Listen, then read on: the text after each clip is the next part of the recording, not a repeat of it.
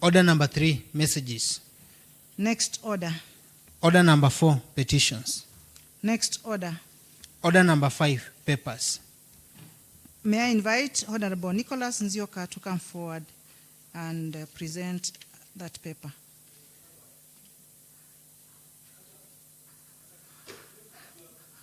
Honorable Deputy Majority Leader.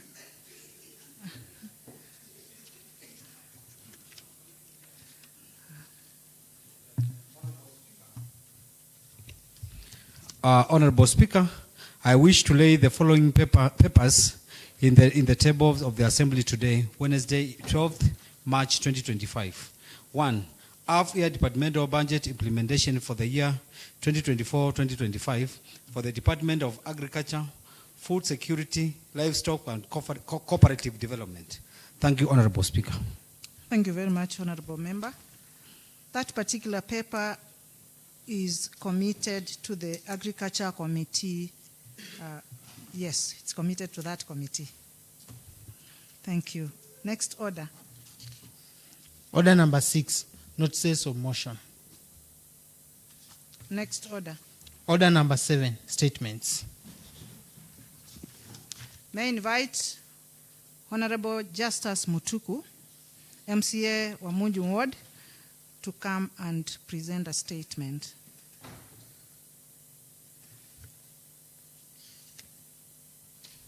Thank you, Honorable Speaker. I am Justus Mulwa Mutuku, Member of County Assembly of Wamunju Ward. And Madam Speaker, I want to seek a statement on the status of boreholes in Wamunju Ward, where I represent. Honorable Speaker, aware that the government of Kenya's commitment to uphold the right of water and sanitation is enriched in Article 43(1)(d) of the Constitution, which guarantees the right of all Kenyans to clean and save water in adequate quantities. Honorable Speaker, cognizant that there exist 2 boreholes, namely Kituio and Wamunju Kikwetu boreholes in Wamunju Ward, which were drilled and equipped by the county government of Machakos. However, the 2 boreholes are non-functional, limiting access to water to the residents of Wamunju Ward. Honorable Speaker, I wish to seek a statement on the following from the Chairperson, Water and Irrigation Committee. 1. The initiative the county government is doing to repair the 2 existing boreholes to ensure people of Wamunju have access to safe and clean water for domestic use within a reasonable distance. 2. What the county government is doing to reticulate the water from Kituio and Wamunju Kikwetu boreholes to water points nearer to the residents. 3. Whether the county government has considered to initiate any water projects within the ward in the financial year 2024-2025 to increase access to water for the residents. Thank you, Honorable Speaker. Thank you very much, Honorable Member. That statement is referred to the Water and Irrigation Committee to respond on or before 15th of April 2025. Thank you very much, Honorable Members. Next order. There's another. Okay. May I invite Honorable Paul Wambua, MCA Kibaoni Ward, to come and present another statement. Thank you, Madam Speaker. My statement is on the status of Machakos Youth Empowerment Program. Honorable Speaker, aware that Article 55 of the Constitution of Kenya mandates the state to take measures, including affirmative action, to ensure youth access to relevant education and training, opportunities for association and participation in political, social, and economic spheres, and employment access. Secondly, aware that the county government officially launched the Machakos Youth Service MOIS Center on 17th January 2025, and that 1,000 trainees were recruited for the program. informed that on 7 February 2025, there was a pass-out ceremony conducted upon completion of the training. Further aware that in the first supplementary budget for the financial year 2024-2025, 63 million was allocated from the Department of Youth to the Department of Education, and 52 million shillings was allocated for the Machakos Youth Service Program. Honorable Speaker, acknowledging that the Machakos County Youth Development Empowerment Amendment Bill 2024 has not yet been enacted by this Assembly, hence no regulations to operationalize it. Honorable Speaker, pursuant to Standing Order 41, I wish to seek a statement from the Chairperson Education and Services Committee on the following. 1. Under which legislative framework the program operates and whether it received approval from the County Assembly. Secondly, the total expenditure incurred and the projected budget for the program and from which voted. Thirdly, the department under which the Machakos Youth Service is administered. Fourthly and lastly, the program's sustainability and long-term viability. Thank you, Madam Speaker. Thank you, Honorable Member.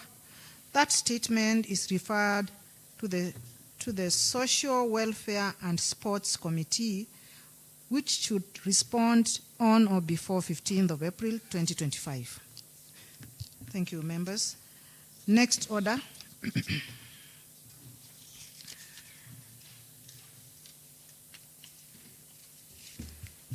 Order number 8, motion, approval of report on consideration of County Fiscal Strategy Paper 2025. At this point, may I invite Honorable Dominic Ndambuki, Chairperson, Budget and Appropriation Committee, to come forward and move the motion.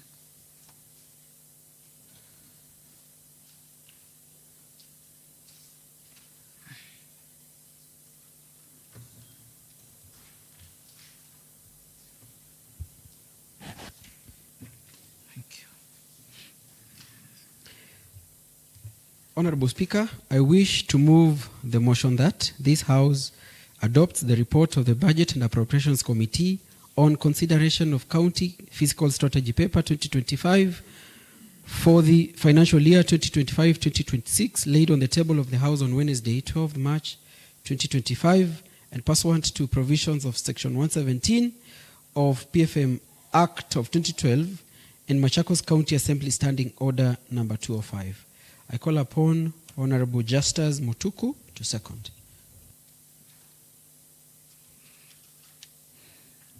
Thank you, honorable members. I now propose the question that the House adopts the report of the Budget and Appropriation Committee on consideration of County Fiscal Strategy Paper 2025 for the financial year 2025-2026, laid on the table of the House on Wednesday, 12th March 2025, and pursuant to the provisions of Section 117 of the Public Finance Management Act 2012 and Machakos County Assembly Standing Order 205. Before I call the members to debate the motion, I wish to ask the mover to highlight on the report. Honorable Ndambuki, highlight on the report.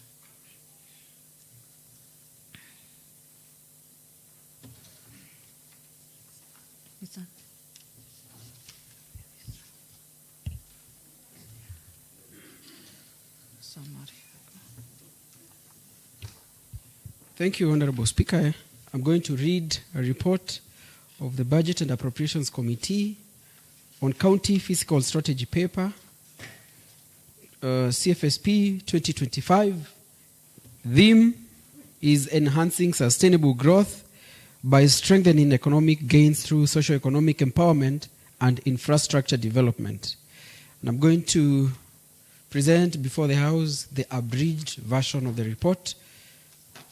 And the legal basis for preparation of this report, Honorable Speaker, is pursuant to Section 117, subsection 1 of PFMA of 2012, where the county treasury is mandated to prepare and forward fiscal strategy paper to the county executive committee for approval and subsequently submit the approved CFSP to county assembly by 28th February of each year. Further, section 117 subsection 6 of PFMA of 2012 as read together with standing order number 205 suborder 7 of Machakos County Assembly standing orders stipulates that the assembly shall consider and may adopt the CFSP with or without amendments not later than 14 days after its submission. Section 117, subsection 2 of PFMA requires the county treasurer to align the proposed revenue and expenditure plan to the national financial objectives in the budget policy statement. In line with the PFMA of 2012, section 117, subsection 5, the county treasury carried out public participation both at village and sub-county levels from 14th to 20th February 2025. The county budget and economic forum was also involved. The county assembly held public participation fora on 7th March 2025 in all 10 sub-counties, and we have an annexure of the advert, and conducted sectoral committees interrogations on 10th March 2025. The public was also invited to submit written memoranda on or before Monday 10th March 2025 by 5 p.m. Submissions and priorities from these fora have been considered in preparation of this report and recommended budget ceilings. Honorable Speaker, the rationale for the fiscal strategy paper articulates priority socio-economic policies as well as sectoral expenditure programs to be implemented in the fiscal year 2025-2026 and in the medium term. The CFSP specifically aims to, 1, specify the broad strategic priorities.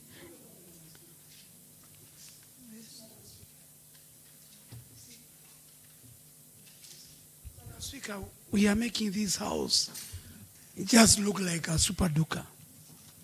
This is a very important document. And this is a very important report. I've been trying to get it from our WhatsApp forum. It's not there. We don't even have copies. Number two, Madam Speaker, you made a ruling here that any report being tabled to this assembly must be submitted and made available to the members 2 hours before the debate starts. So, honestly, Madam Speaker, either we get documents, are they available to the members, clerk? If you are selectively giving people, as you don't have. Do we have more copies? At Can the we same give time, members? if you want me to contribute, you give me now. How do you expect me to contribute?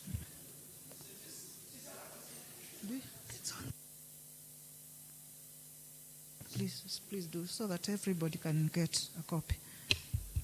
More copies are coming, members, as we continue.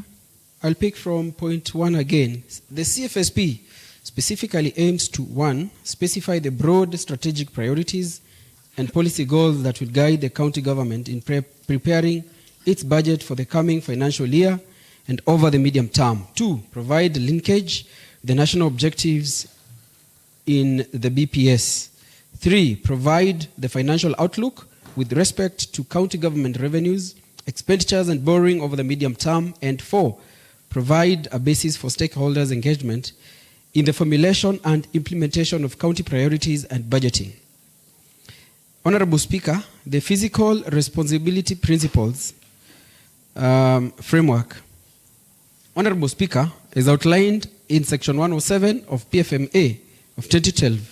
The county treasury shall enforce the following fiscal responsibility principles. 1, the county government's recurrent expenditure shall not exceed the county government's total revenue. 2, over the medium term, a minimum of 30% of the county government's budget shall be allocated to the development expenditure.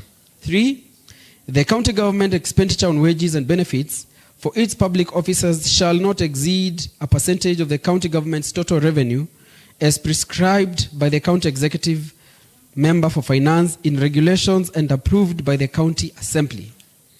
4, over the medium term, the government's borrowing shall be used only for the purpose of financing development expenditure and not recurrent expenditure. 5, the county debt shall be maintained at a sustainable level as approved by the county assembly. 6, the physical risks shall be managed prudently. Honorable Speaker, I'm going to give a performance review. Honorable Speaker, the County Assembly approved a budget of 14.4 billion for financial year 2024-2025, comprising of 9.9 billion Kenya shillings as equitable share, 1 billion Kenya shillings conditional grants, 2.8 billion Kenya shillings in ordinary own source revenue, while Facility Improvement Fund was estimated at 0.7 billion Kenya shillings.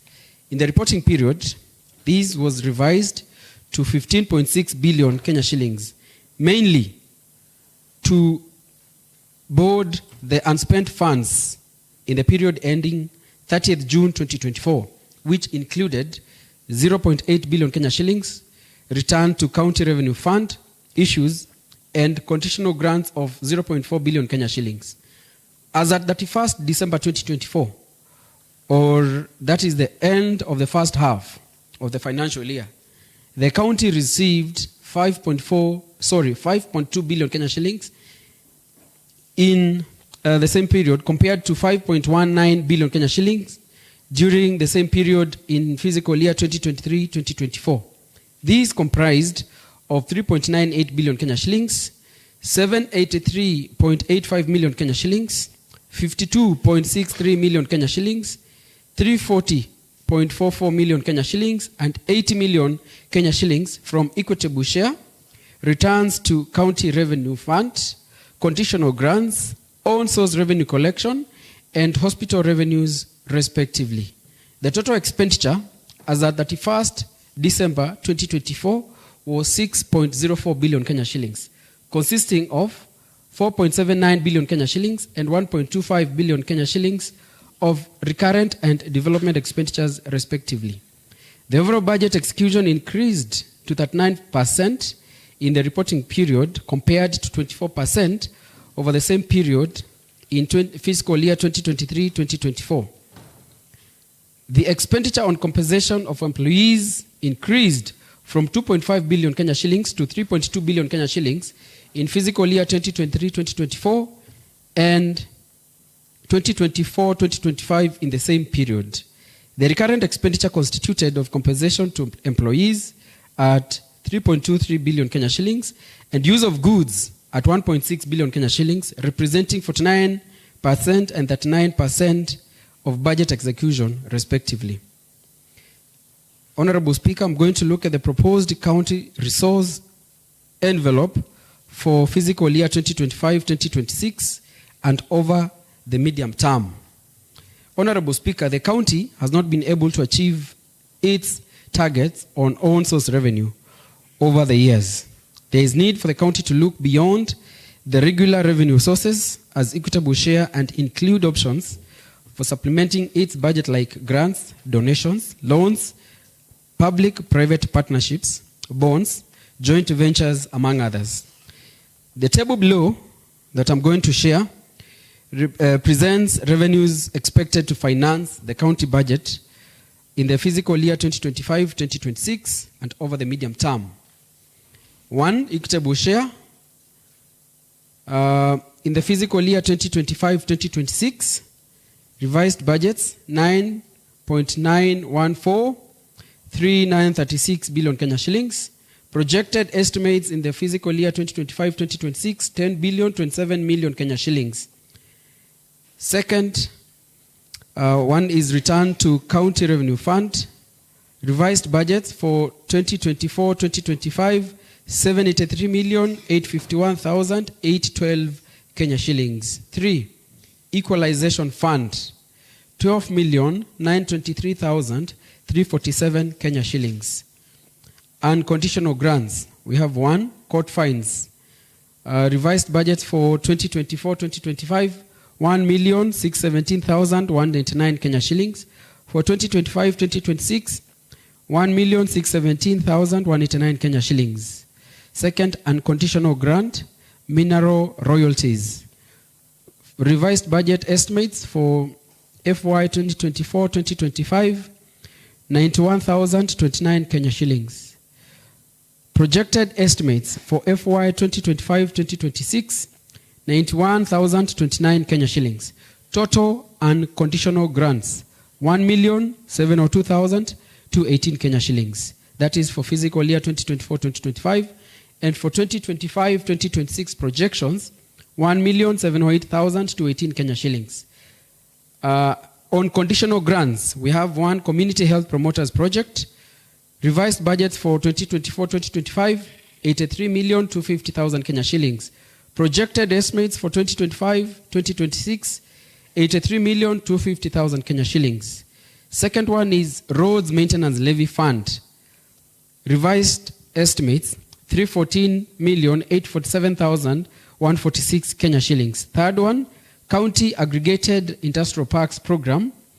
Revised budgets for 2024-2025, 191,555,385 Kenya shillings. The next one is Kenya Urban Support Project from World Bank. Revised budgets, 35 million Kenya shillings.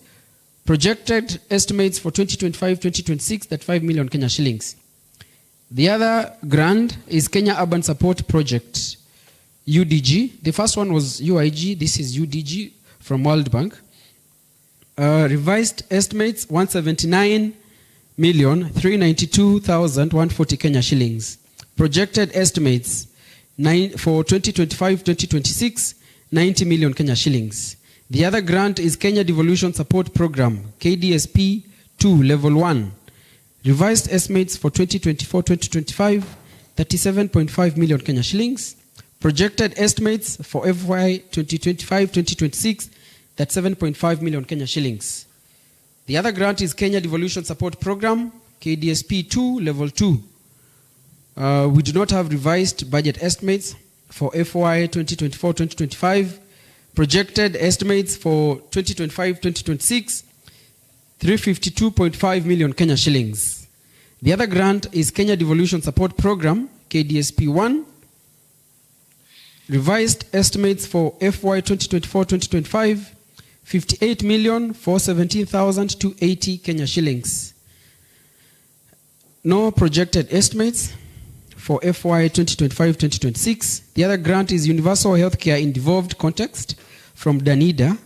Revised estimates for FY 2024-2025 is 12,250,425 Kenya shillings. Projected estimates for FY 2025-2026, 11,943,750 Kenya shillings. The other grant is Emergency Locust Response Project from World Bank. Revised estimates for 2024-2025, 104.6 million Kenya shillings. No projected estimates for FY 2025-2026. The other grant is Kenya Agricultural Business Development Project from Sweden. Revised estimates for FY 2024-2025 is 10,918,919 Kenya shillings. No projected estimates for next financial year. The other grant is Aquaculture Business Development Project from IFAD. Revised estimates for the current financial year, 12,262,438 Kenya shillings. Projected estimates for next financial year, 12,262,438 Kenya shillings. Locally led climate change action program from World Bank. Revised estimates for this financial year, 234,440,930 Kenya shillings. Projected estimates for the next financial year, 137,500,000 Kenya shillings. Locally led climate change action program, county climate institutional support from World Bank. Revised estimates for this financial year, 11 million Kenya shillings. Projected estimates for next financial year, 11 million Kenya shillings. National Agricultural Value Chain Development Project. Current financial year estimates, 151,515,152 Kenya shillings. Projected estimates for next financial year, 151,515,152 Kenya shillings. Total conditional grants. Revised budget estimates for the current financial year, 1,436,949,815 Kenya shillings. Projected estimates for the next financial year, that is FY 2025-2026, 922,645,906 Kenya shillings. The other grant is number 6, is ordinary own source revenue. Revised estimates for this financial year is 2,788,961,508 Kenya shillings. Projected estimates for fiscal year 2025-2026, 3,091,784,053 Kenya shillings. The other grant, number 7, is hospital revenues, that is FIF money. Revised estimates for this year, 687 million Kenya shillings. Projected estimates for 2025-2026 is 956 million Kenya shillings. Grant number 8, asset disposal. No budget for current financial year, but projected estimates for fiscal year 2025-2026 is 1,144,529 Kenya shillings. Total county budget, revised estimates for fiscal year 2024-2025, 15,625,398,636 Kenya shillings. Projected estimates for FY 2025-2026 is 15,282,707 Kenya shillings. Honorable Speaker, the proposed ceilings per department are as given below. Department of the Governor, Office of the Governor. Recurrent, 74,108,376 Kenya shillings. Development, 32,579,528 Kenya shillings. Total, 816,687,904 Kenya shillings. Trade, industry, tourism, and innovation. Recurrent, 147,037,726 Kenya shillings. Development, 201,030,496 Kenya shillings. Total, 348,068,222 Kenya shillings.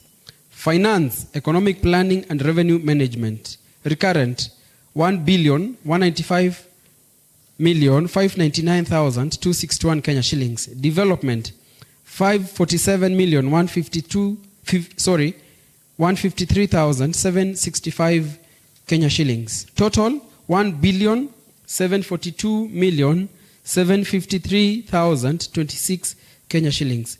Devolution, recurrent, 1,229,498,585 Kenya shillings.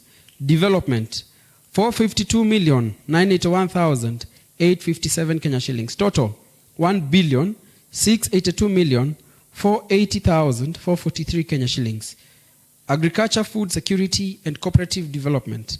Recurrent, 249,422,972 Kenya shillings. Development, 326,047,857 Kenya shillings. Total, 575,470,829 Kenya shillings. Health, recurrent, 4,183,406,177 Kenya shillings.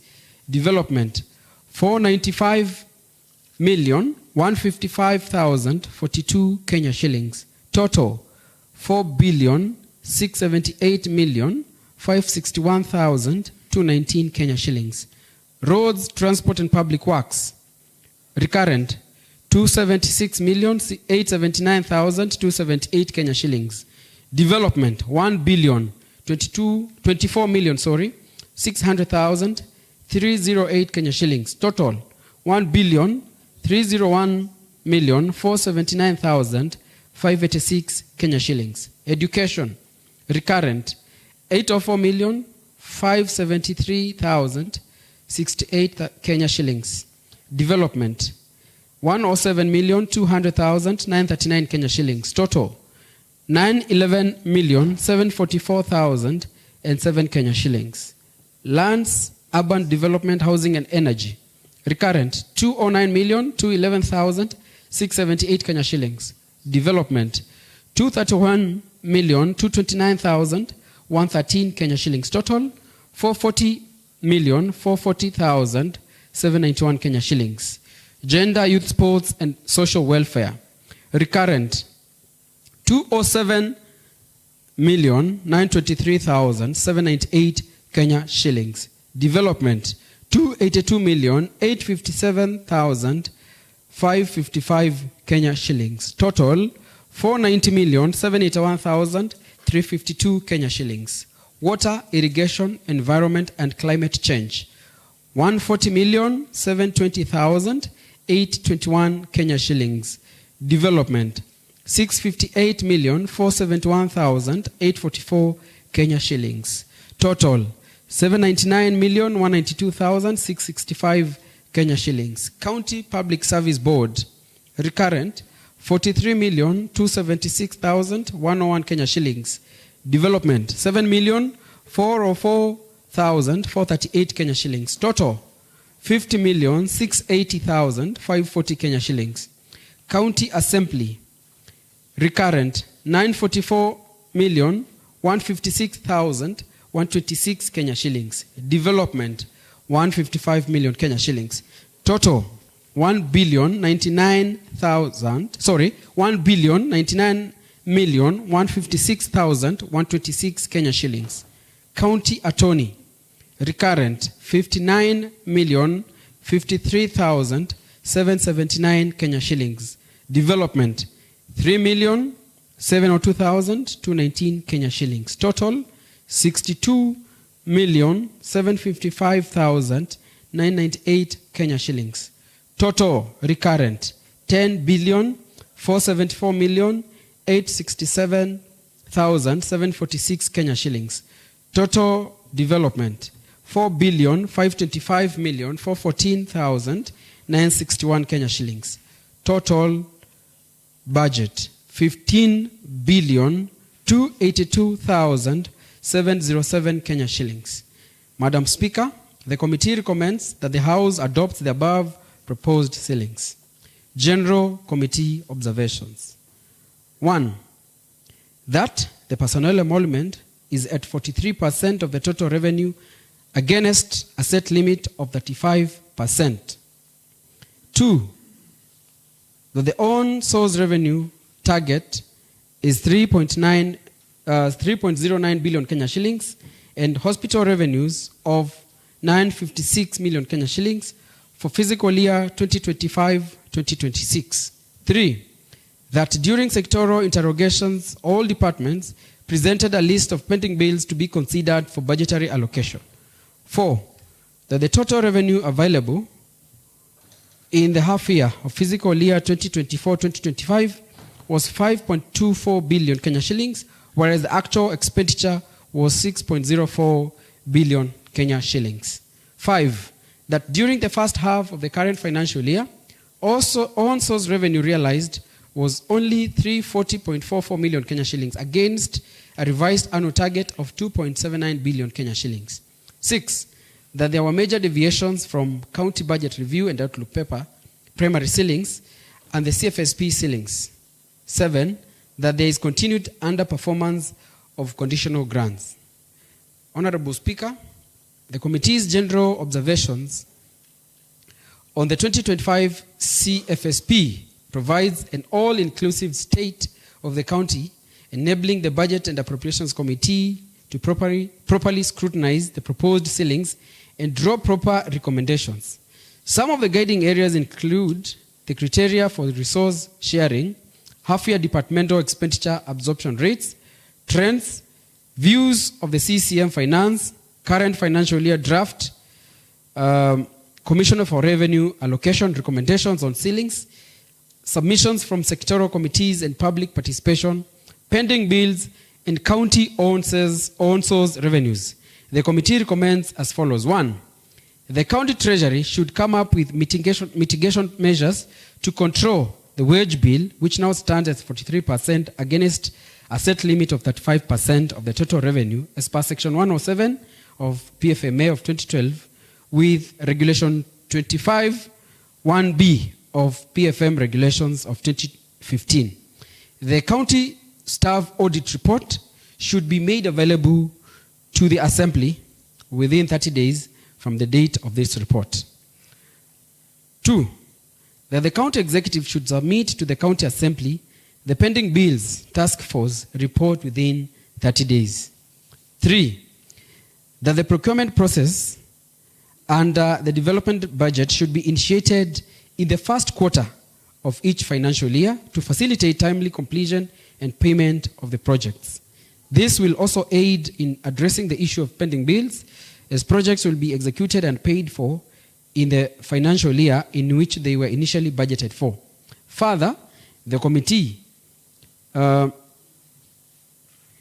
recommends that payments for any, commitment on any project or goods procured should be done against availability of funds. 4, that strategies be put in place to strengthen realization of on-source revenue targets which have been consistently missed.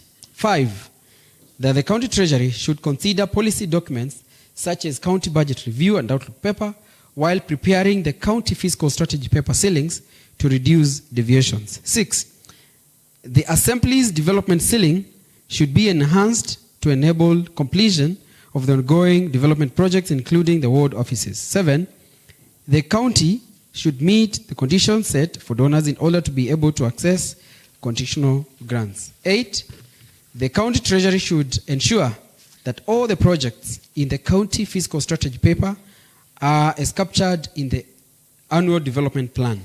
9, Regulation 37(1) of PFM Regulation 2015 stipulates that where a county assembly approves any changes in the annual estimates of the budget under Section 131 of the PFM Act of 2012, any increase or reduction in expenditure of a vote shall not exceed 1% of the vote ceilings. Pursuant to this provision, any changes in the forthcoming budget estimates should adhere to this provision. 10, the committee recommends prioritization of the programs which impact directly to wananchi, such as water, education, health, roads, agriculture, and trade. 11, that the county should keep on increasing the budgetary provisions and absorption for development budget, as this will lead to more and better services to the people. 12, the committee recommends that the projected ceilings should greatly guide the preparation of the fiscal year 2025-2026 budget estimates. Honorable Speaker, the Budget and Appropriations Committee acknowledges the office of the Speaker and that of the Clerk of the County Assembly for facilitating the committee to undertake this exercise. I wish to express my appreciation to the honorable members of the committee and secretariat who sacrificed their time to participate in the meetings and in preparation of this report. Honorable Speaker, it is therefore my honor and privilege on behalf of BAC to table this report of the MACHAKOS County Physical Strategy Paper 2025 before this Honorable House for consideration and adoption. Thank you, Honorable Speaker. Thank you very much, Honorable Ndambuki. I now invite members to debate that report.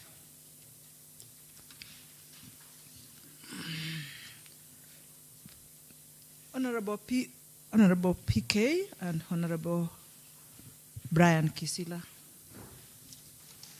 Thank you, Madam Speaker.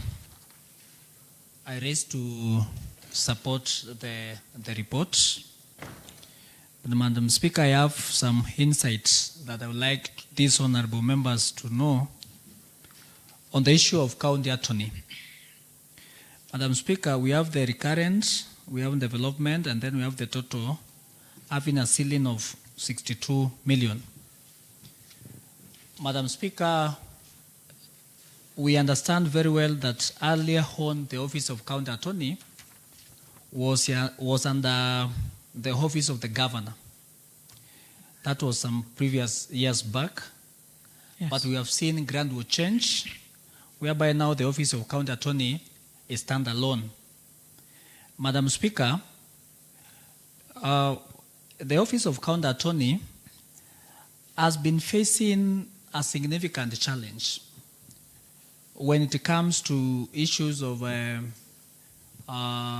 recruitment of advocates, and also having issues on sites of development.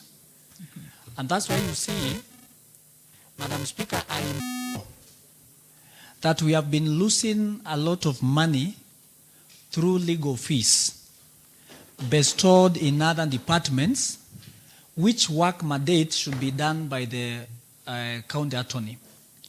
Madam Speaker, I implore the members that on your way to Mumbone, just near the small claims court, that's where the Office of County Attorney was sitting before.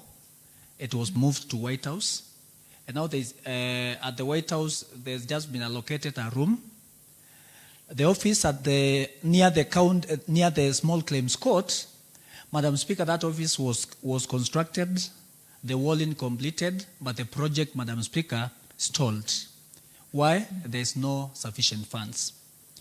Madam Speaker, it is under understanding knowledge that we have been seeing when inspectorate arrest, for example, when they are enforcing payment of business permits, once they arrest, that person is taken to court and the matter prosecuted by the DPP.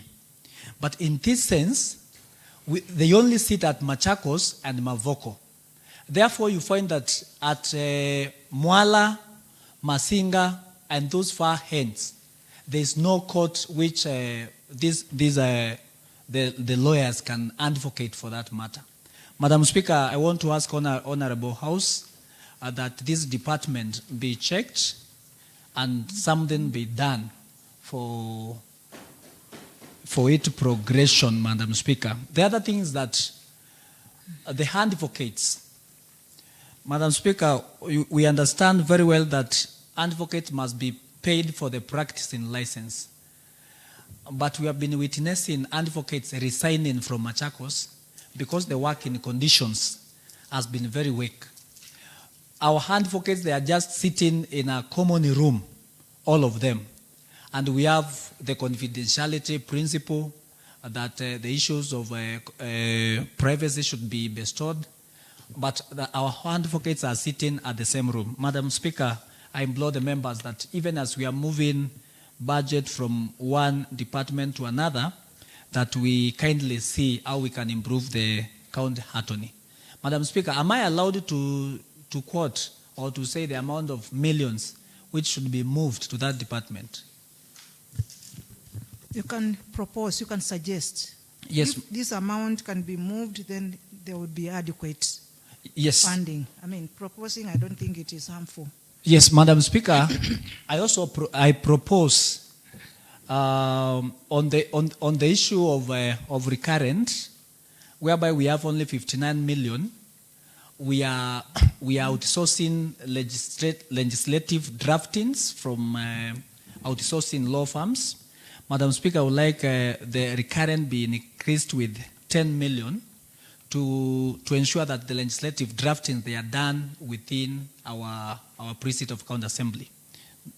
Then the issue about the development, Madam Speaker, we have said that we need to have our courts and have the offices.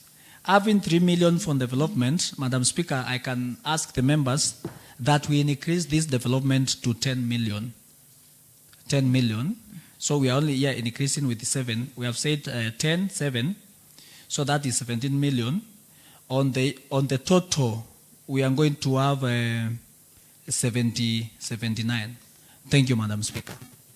Thank you very much for that input, Honorable PK. I think that's a very important area that we should not make ourselves blind about, because there's a lot is going on in that department of county attorney, and it is this house that must always take care of a brother who is Madam Speaker, yes, just to give some guidance to Yes. Honorable PK, correct, he should tell us or propose yes. where we can get that 10 million from.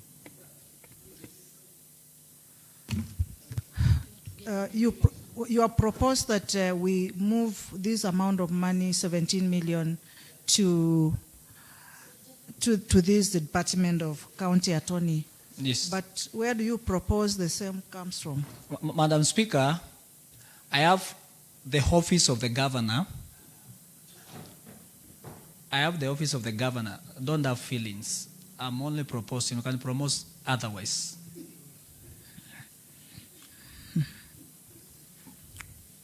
Office of the governor, Madam Speaker. Yes. We have the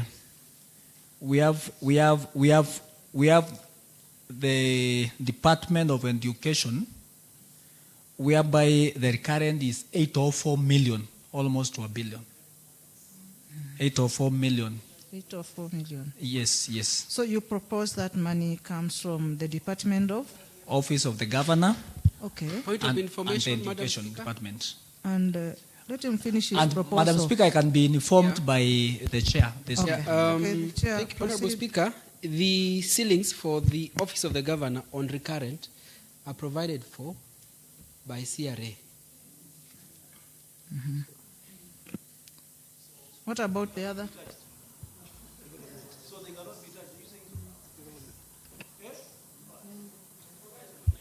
So, Madam Speaker, Yes. I remain informed.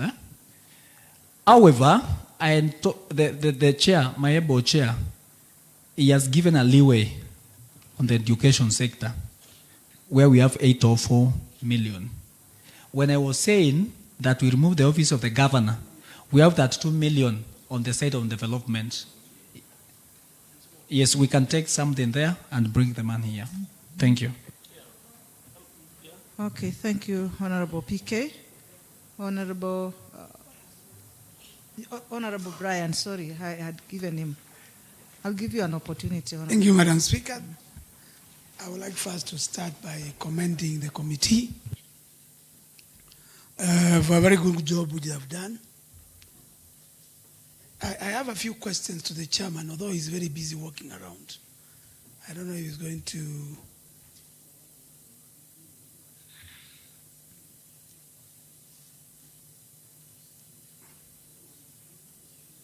I just wanted the chairman to be, so that he can tell us.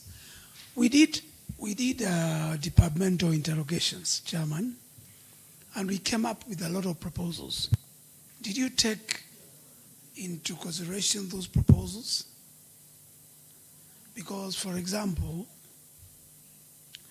the Department of DU, we made proposals to buy new vehicles for inspectorate. We only have one vehicle for the inspectorate. And with the increased revenue generation, we need additional vehicles. Did you take into consideration that? Did you? At the same time, Madam Speaker, we also have a problem with fire stations. Most of you realize that we don't have fire stations in most of the sub-counties. And one of the recommendations was if we can have more fire stations. We don't have a fire station in Matu. We don't have a fire station in Matungulu. Point of information, Honorable Speaker. A point of information granted. Honorable Speaker, I just want to inform my brother that last financial year, we established a working fire station in Matu, and we have a moving fire engine, which is serviceable. As of now, there is no cause for alarm. Thank you. my members of my committee are here, and they will tell you what is in Matu is just a vehicle. What we are looking for are rescue centers, a facility which, and I'm talking as a chair now, please just... Point of information, Madam Speaker. Granted. Madam Speaker, thank you very much. We represent people in this House. The Honorable Minority Leader, who is the bona fide representative of the people of Matu Ward, just said, and it's in record, that there is a functional fire station in Matu Ward. And I think that is sufficient representation. Thank you, Madam Speaker. Point of information, Madam Speaker. Thank you. Madam Speaker, I also want to inform the immediate Speaker, that is my leader of majority party. Yes. There is deep difference between a fire station and a just serviceable fire engine. There is a great difference. And when we are talking about fire stations, this fire station, if we have it in Matu, it will also serve the areas of Ndidhine, Modesia, Masinga, and the Kiva wards, and other surrounding wards. So he should not say that the leader minority should not say he is compatible with just one firefighting machine. That is not a station. Thank you. More information, Honorable Speaker. Proceed. Tell us, is it... Honorable Speaker, let me inform the Honorable Member that we have 40 wards in Machakos County. And each ward has a representative. And the representative of Matu Ward is one Honorable Judas Blindao, who is not a madman. If I stand before this House to say that we have a fire station, I know what I'm talking about. In fact, I was a person who was making noise, lastly Jim, because of absence of fire station. And I want to take this opportunity on behalf of the other residents. I want to thank the Honorable Governor for giving us that fire station. By the time we were starting the construction of the casualty wing, is the same time we started construction of that fire station. And it is working, it is independent. In fact, we demarcated the land, the hospital is alone, and the station is alone. The fire station has its own gate, it has water point, it has tanks for water, and we have staff. And the fire engine, we had a smaller one. I asked the governor was lenient enough.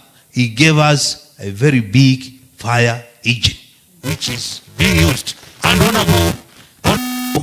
honorable, my good neighbor here, Honorable Kiteto, can attest to that.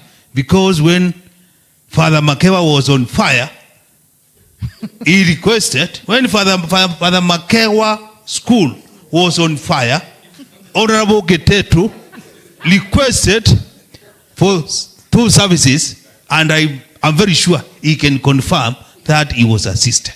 Thank you, Honorable Speaker. Point of information, Madam Speaker. Additional information, Madam Speaker. Proceed. Sorry, Madam Speaker, I can see you are trying to look where the voice is coming from. Yes. We encourage you be looking on your on the right. Stop concentrating on the left. Encouraged. Yeah, I'm Raphael Nzau, MCA, Matungulu West Ward. And Madam Speaker, I stand here to give more information on what my chair was saying about the fire stations.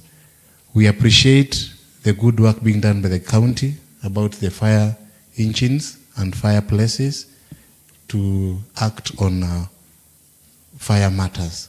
But in our committee, when we are going through the budget, we realized that we are dwelling too much on fire, yet the docket covers a lot more than fire. We cover things like accidents, we cover things like floods. So we brought the whole budget together to take charge. And that is why we said we need to move more than from the fires to have a well-equipped, yes, well-equipped station, and we are calling them emergency centers. And we said, when you look like Machakos, we have fire station, Tala, we have a fire station, Mavoko, Athriva, Matu, those ones are there. But when you look at the accidents we are having in the roads, they are not taken care of. You look like from Kangundo, along Kangundo Road, all along, there is no emergency center. And we have a lot of accidents there. So where my able chair was coming in, was trying to request rather to support for more budget about fires, and not fire alone, but emergency centers. Thank you, Madam Speaker. Thank you very much. Madam Speaker, if people can be patient with a presenter, we will actually go very far. But some people are very happy just to comment and look like they are commenting. We are not talking about fire engines. We are talking about rescue centers. And this is what Waziri himself, Bishop, presented to our committee. Mheshimiwa Ndaka is here. And the chief officer. We are talking about a rescue center. And we're not talking about Matu as a ward. We are talking about sub-county regions which can be able to cater for our people. Matu happens to be the center of Thika Road. And most of the accidents are happening there. So we're talking about rescue center. If you had time to listen to me, you could have heard it. But somebody just want to rush up and make comments. It's okay. So the committee presentations and we are reporting, that's why we had committee interrogations. And I'm happy Mheshimiwa Monga is picking up, Mheshimiwa Lucky is picking it up. We are talking about rescue center. And one rescue center being proposed is Matu. The other one is in Matungulu. The other one is in Athriva. And the other one is upgrading Machakos. And another one in Masi. Those are rescue centers so that we can be able to take care of our people. And even in those rescue centers, we need boreholes. Because most of these fire engines, which they are talking about, even don't have water. Some of them don't have water. So the point I'm driving is, we provided for that budget, and in our interrogation, we asked for it. Did you take care of that? That's the question I'm asking. Also, did you provide for the vehicles for revenue generation? Because most of the enforcement on revenue generation, they don't have vehicles. Did you provide for that? That's what I'm asking. The other thing we also talk about are pending bills. If you look at every department, there's a very big amount of pending bills. Did you take into account that pending bills? Because, Madam Speaker, what is happening? We are very busy developing and building new projects. But we are not taking care of pending bills. And very soon, our pending bill will be at 6 billion shillings. That's the other thing. So, Chairman, that one. And also what came up in a lot of departments is, why should the pending bills be sitting in finance? Why can't it be? It's just a question I'm asking. Yeah. Why should it be sitting in finance? Why can't it be sitting in respective departments? Madam Speaker, I was in Water Committee, and one of the issues which came up is we have over 400 boreholes which are not working. And the department is requesting for more funding so that we can have more boreholes in those rehabilitated. Because most of them don't even have, most of them, Madam Speaker, are broken down because of very small things, like motor, like pump. And my chairman is here.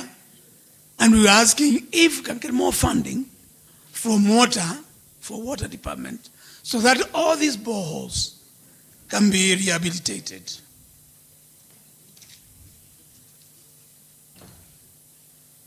By that point, Madam Speaker, is on transport.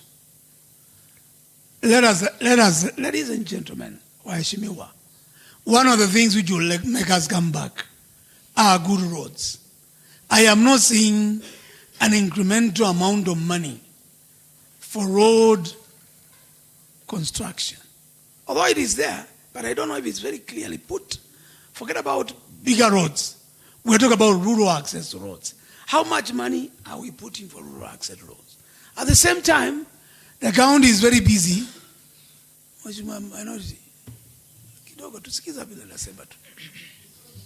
I was silently consulting. Okay. Yes, it's also good to listen. Most of our graders are broken down. Are we providing for new graders? Or you want us to continue just hiring NYS graders, which we know very well are not serving us? Have we provided for that in our thinking? My last point,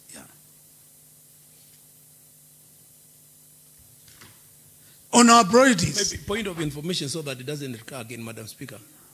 Okay. I think if you allow me, Madam Speaker, I'll be enriching.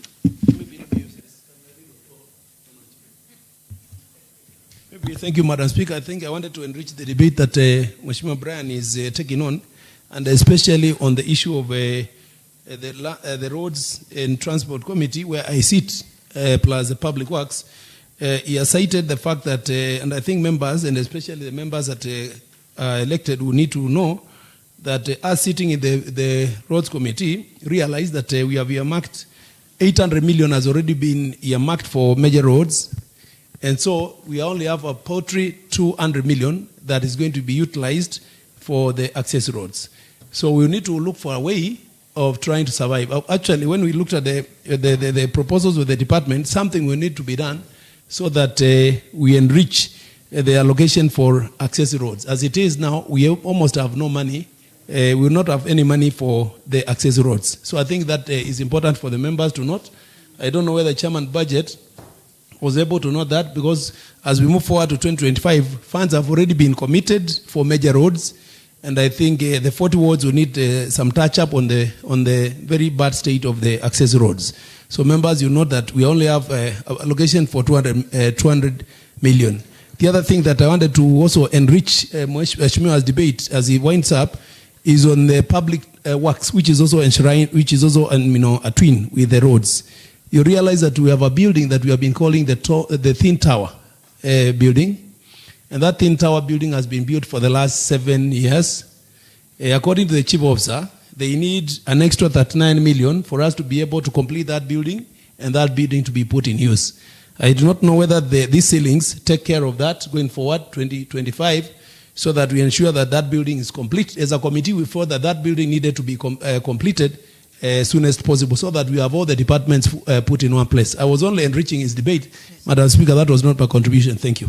Thank you so much for that addition. Madam Speaker, as I wind up, in the Department of Water, where my chair is also here, we have a big challenge with toilets. Mm-hmm. And every elected member here will tell you that we don't have toilets in most of our urban centers. In the department, I requested 152 million to construct at least 2 toilets in every ward. Chairman, did you take care of that? The other department, which is very underutilized and budgeted, is the Department of Energy. Although my chair, and I know my chair will talk about it, but we have a big problem with Mulkamwizi, and we also have a very big problem with urban centers garbage collection. Urban centers garbage collection, which is under urban development.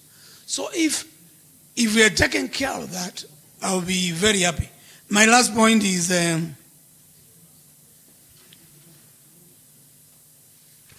on the wage bill.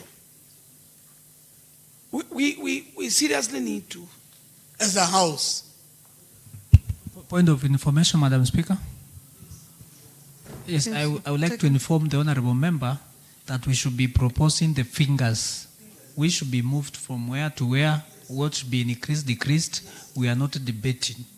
Yeah, thank you. I think that's very important so that we can, and then it has to be recorded. Point of order, Honorable Speaker. Yes. Yes, my concern is on standing order number 27. Yes. Which stipulates a time for city. Yes. And it is clear from our standing order number 27 The afternoon sitting is supposed to start by 2:30 and end at 6:30. It is now 6:30 and we have not adjusted time. I'm requesting now you make a determination on what will follow. It is 6:27, Madam Speaker. So I can be given the motion I move. We are still on time. The motion is supposed to be moved 30 minutes before. 30 minutes before, not 2 minutes.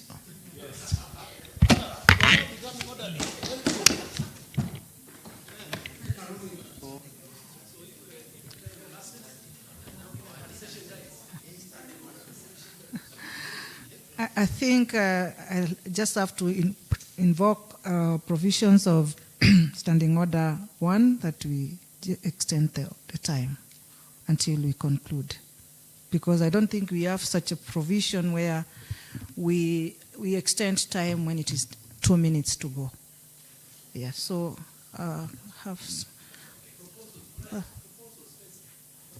You see, Madam Speaker, I can do we not extend time? Yes. Yes, let's extend then. I do not want to make the So that is enough. Okay. Time has been extended. Madam Speaker, the best person, according to me, is a chair budget to guide us on how we can be able to reallocate the money. Because if I say take money from here, and already when they were meeting, they must have debated. You must have had a ground of discussing. And you must be knowing why you are doing it. So that's why I'm just highlighting the points so the chair can guide us. It is important that we agree on this shifting with the guidance of the chair. Yes. Honorable Chair, is that the position? Honorable Chair? Majority Leader wants to answer that. To answer that. Okay, proceed, Majority Leader. Thank you. Thank you, Madam Speaker. Madam Speaker, I am with the Honorable Brian Kisila in terms of our budget is program-based. Our budget, honorable members, is program-based. I know just this week, several committees sat to interrogate their budgets and their ceilings. So when we propose that we change a certain program by reallocating its money to another program, we are affecting programs of one department. Exactly, that's what we are saying. But what I'm saying is, those proposals were given by the committees. And that's why we find ourselves with this report. That is why we find ourselves with this report. So let us not, I beg of this House, since the budget is program-based, let us allow each department to implement its own program, because this is the maximum maybe they were allowed by the budget to reach ceiling-wise, Madam Speaker. Point of order. Madam Speaker. No. Point of order, Madam. Madam Speaker, please. Let me finish so that allow me to finish. I want to respond on what has been said by the majority. Allow Mr. Mwanga to, Honorable Madam Speaker, I think we should be truthful to ourselves. Madam Speaker, the committees sat the day before yesterday. And it is the same day, the budget committee was seated. Can you give us the proposals from these committees so that you can be sure what committees proposed and agreed they are captured in the document that we are having? Because I know they did not sit yesterday, neither did they sit this morning. Yes. Please, let's be truthful to ourselves. To add on that, Madam Speaker, this is actually a caption of what the departments brought. Yes. And the insights of the input of the budget committee has not been captured. Yes. Right on my right-hand side, I'm seated with a member of the budget committee, and he confers to us that has not been done. Notwithstanding that, Madam Speaker, it's not that we cannot make proposals, because that is the reason as why this paper is before us.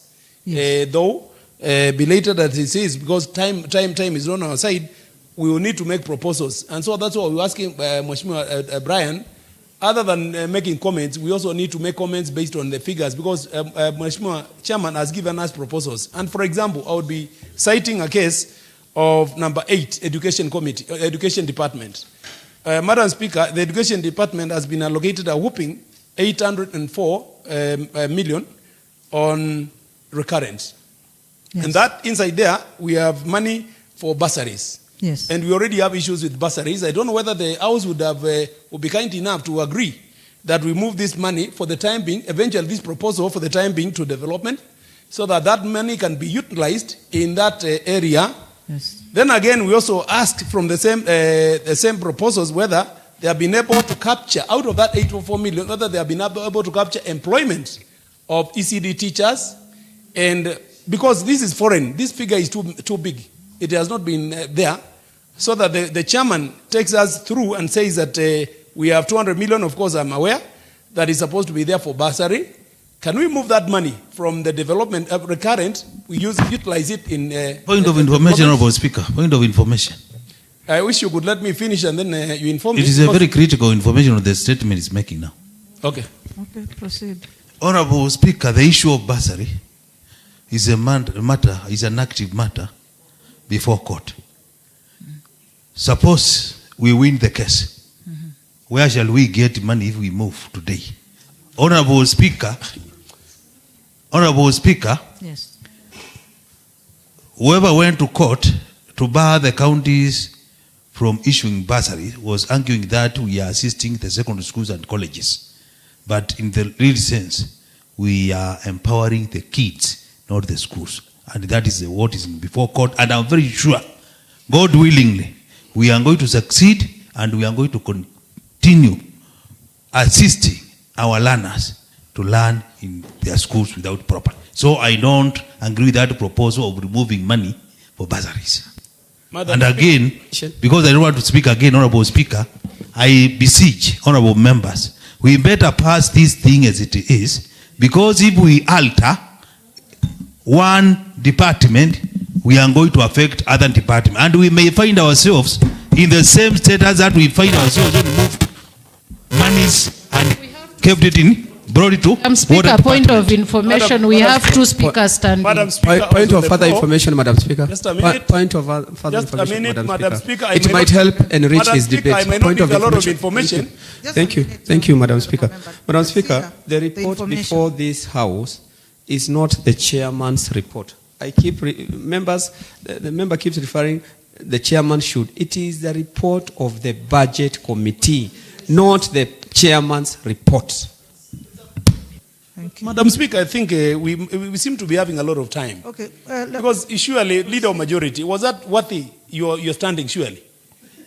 Surely. Because now I've been mentioned. Just a minute. Ask a question. I think. Let us not be as a right of reply. I am finding a debate. As a right of reply, Madam Speaker, because I've been mentioned. We are not going to engage ourselves into a tete-a-tete. There's no need. Yeah, well guided, Madam Speaker. Sometimes let us raise to the occasion and please, we have a very serious matter before us here. Madam Speaker, you have just extended time. So I was saying, and I want to correct my brother here. You know that we use a supplementary budget. What's the use of the supplementary budget? We cannot just say that because we have a matter that is active in court, we shall keep money or proposals waiting there until we win a matter. You know the Kenyan courts. These are issues that can drag for years and years and years. And we are talking about money that is already with us, that is going to be with us June next year. We can start utilizing it. If time comes and this money can still be utilizable at that area, we can still move it. We already have a situation, Madam Speaker. Yes. The money that we had allocated for bursary has not been Madam Speaker, utilized. point of information, because the more he contributes, the more he makes serious.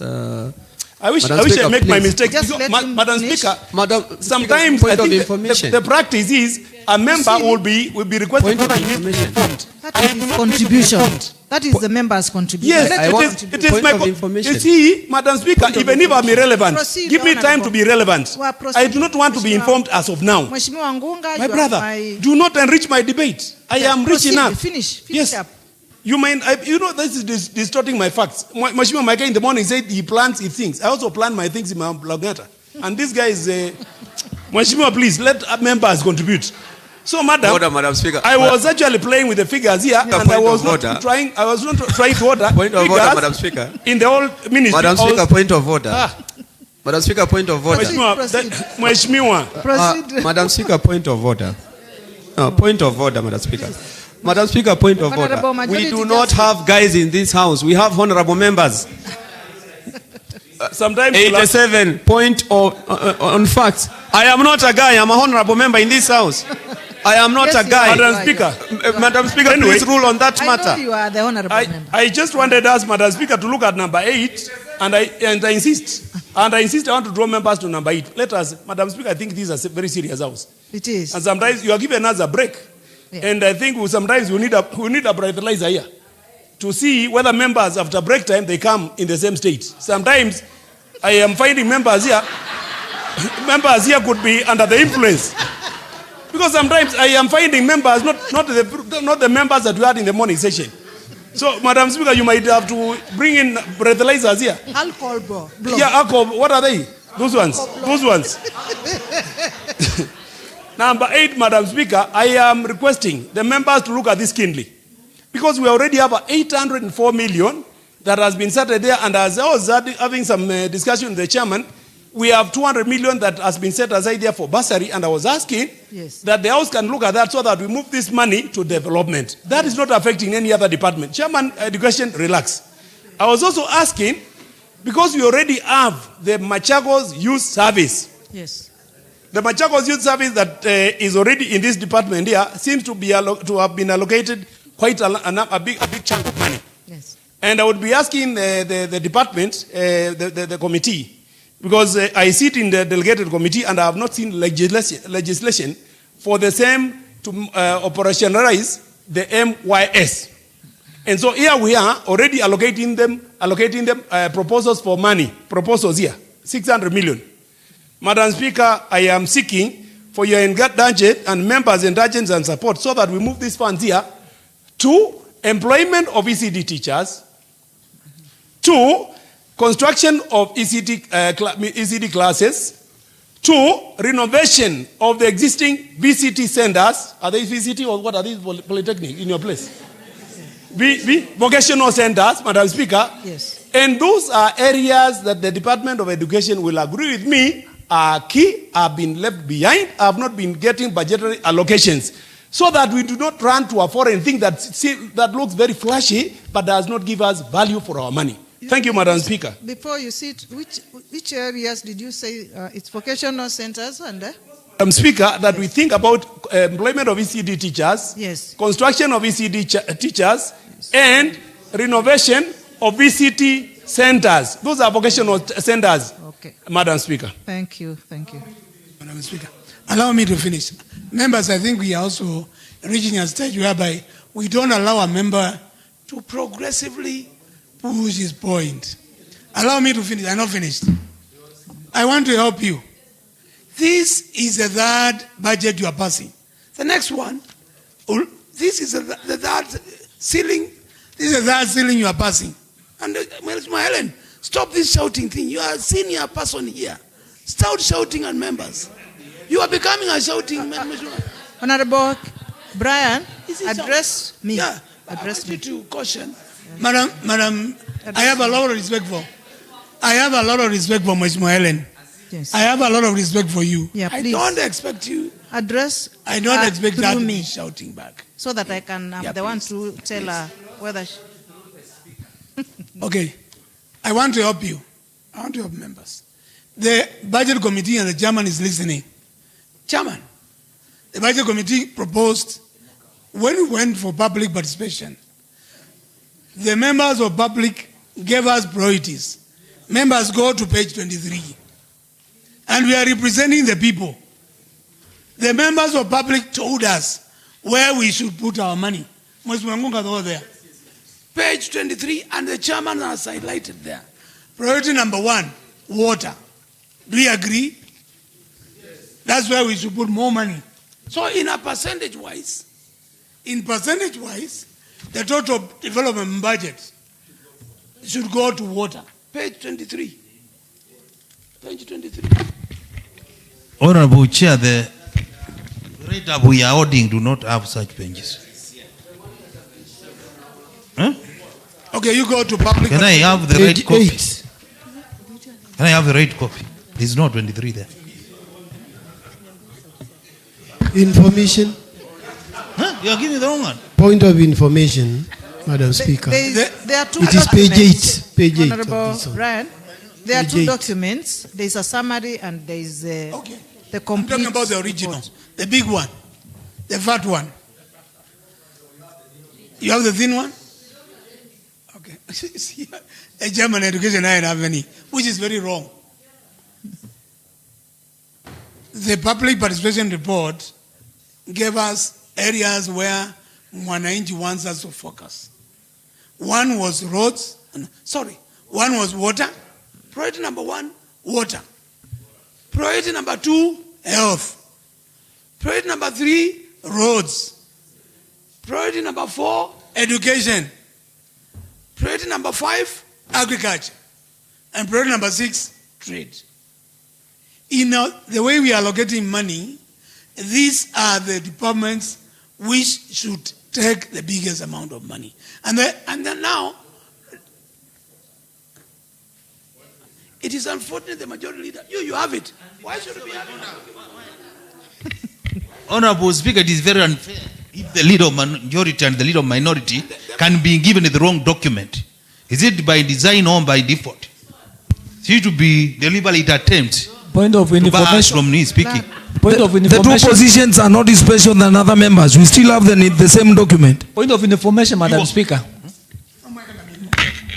Madam Speaker, I want to inform the leader of minority that the document has been shared to our WhatsApp group, and he was given a template so that we may promote paperless. The document is said to be in Thank you. the WhatsApp group. So members, I only have 1 more minute to finish. These are the priorities Mwananchi wants us to do. So it means when we are allocating development money, these are the 5 or 6 priorities we should all put more money on. So chairman budget, if we were to pick money, number 1 in development, percentage-wise, if we were to put percentage-wise, number 1 should be water. So we can put a percent of 30%. Then we go down that way prioritizing. Because let us not start behaving as if we are the ones who are doing development. And the reason why we do public participation is so that we can get views of Wananchi.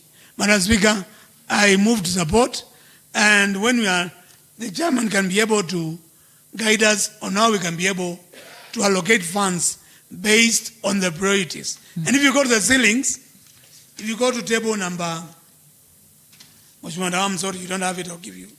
If you go to the ceilings itself, it means, if you look at water, water has 658 million for development. When Mwananchi wants it to be number 1. So it means we are giving less money to what Mwananchi wants to do. If you go to roads, roads is being given 1 billion. The roads Mwananchi is talking about are not the big roads we are doing. The Mwananchi roads they are talking about are rural access roads. And also, lastly, I do not see where we are buying machinery and where we are buying new vehicles. Thank you, Madam Speaker. Madam Speaker. Thank you very much, Honorable Member. Honorable Majority, then Honorable Anastasia, please. Thank you. I wish the Honorable Brian Kisila is not walking out, because I really would want to speak just in tandem in what he's saying, but also inform the member through Madam Speaker that the public participation yielded priorities. Yes. And I think going by the ceilings, the 4 priority areas he has spoken about are actually very well prioritized. He's spoken of water, he's spoken of roads, yes, he's spoken of health, he's spoken of education and of agriculture. Agriculture and trade as well. And trade. If you look at where the chunk of the money goes in terms of ceilings, it is exactly on those 4 areas that he has mentioned. So I think the budget committee really considered the report from the public participation, and together with the executive, they prioritize most of the ceiling for 2025, 2026 on those areas that the honorable member has spoken about. Yes. Thank you, Madam Speaker. Thank you very much, honorable member. I had given Honorable Anastasia, then Honorable Helen Detty, Honorable Kavio. Yes, that's all. Thank you, Madam Speaker. Honorable Musila. Yes. I'm Anastasia Mutevu, and I was nominated to this House by the Wiper Democratic Movement. And I stand to support this report of the Budget Committee that has landed to us. And Madam Speaker, I want to defend the budget on education because I happen to be the chair of the Education Committee. Madam Speaker, we had a committee on education, and on Monday this week, and the member for Mua, he has stated that money should be transferred from education to other departments. Madam Speaker, I stand to defend the budget on education because... my point of information, Madam Speaker. Proceed. Madam Speaker, I don't want to be informed. I think if you heard me right, Madam Chair of Education, if you heard me right, I did not say that money be moved from education to other departments. I said money be moved from recurrent to development in the same department. And that is why I enumerated the areas that I'm proposing money to be utilized in development. And for your information, I want you to also sit down and analyze the key areas that you should look at your core functions of the Committee on Development Education. Thank you, Madam Speaker. I'm well informed. Development-wise, Madam Speaker, the member for Mua have stated on vocational training centers, yes. And on our committee, we know there is budget enough for our vocational training centers.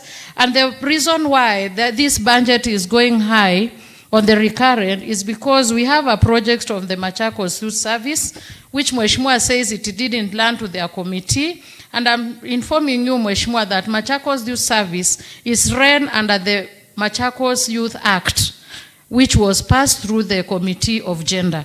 So I stand, Madam Speaker, to defend, because MACHAKOS Youth Service is a project that is really, really touching our youths, and to know our youths are our future. The cohort which we finished last time and which the governor started, our youths, we've seen a very great change in that project. So, Madam Speaker, I stand to defend education budget, so I propose that it is being passed the way it is. Thank you, Madam Speaker. Thank you. Thank you, Honorable Member. Honorable Helen Detty.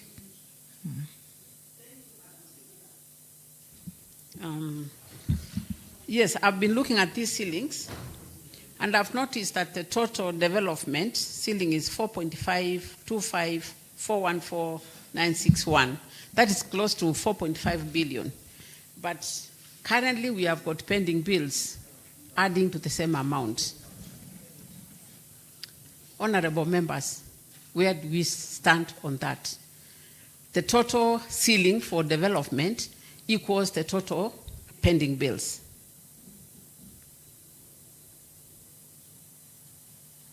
I just wanted to be maybe educated on this because we need to discuss where the money to pay all these pending bills will come from.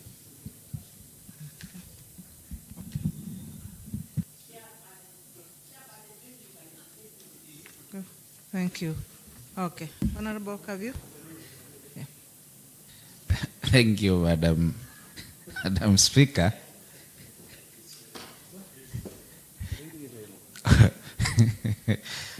Anyway, Ellen, I'll tell you later. Madam Speaker, I want to just to make some few contribution I'm a member of the Committee on Education, and it's one of our core mandate as the county government. And Madam Chair, as I was looking, it is good that we have the Machakos Youth Service. We have the daycare models that we are doing. But Madam Speaker, even during our committee engagement, one of the proposals that we gave the department and we asked them to check is on the issue of ECD classes. Madam Chair, as I stated in the morning, we still have children within this Machakos County, despite our proximity to Nairobi, the capital city. We still have our young kids learning in very harsh conditions and environment. And ECD is the basic foundation of education.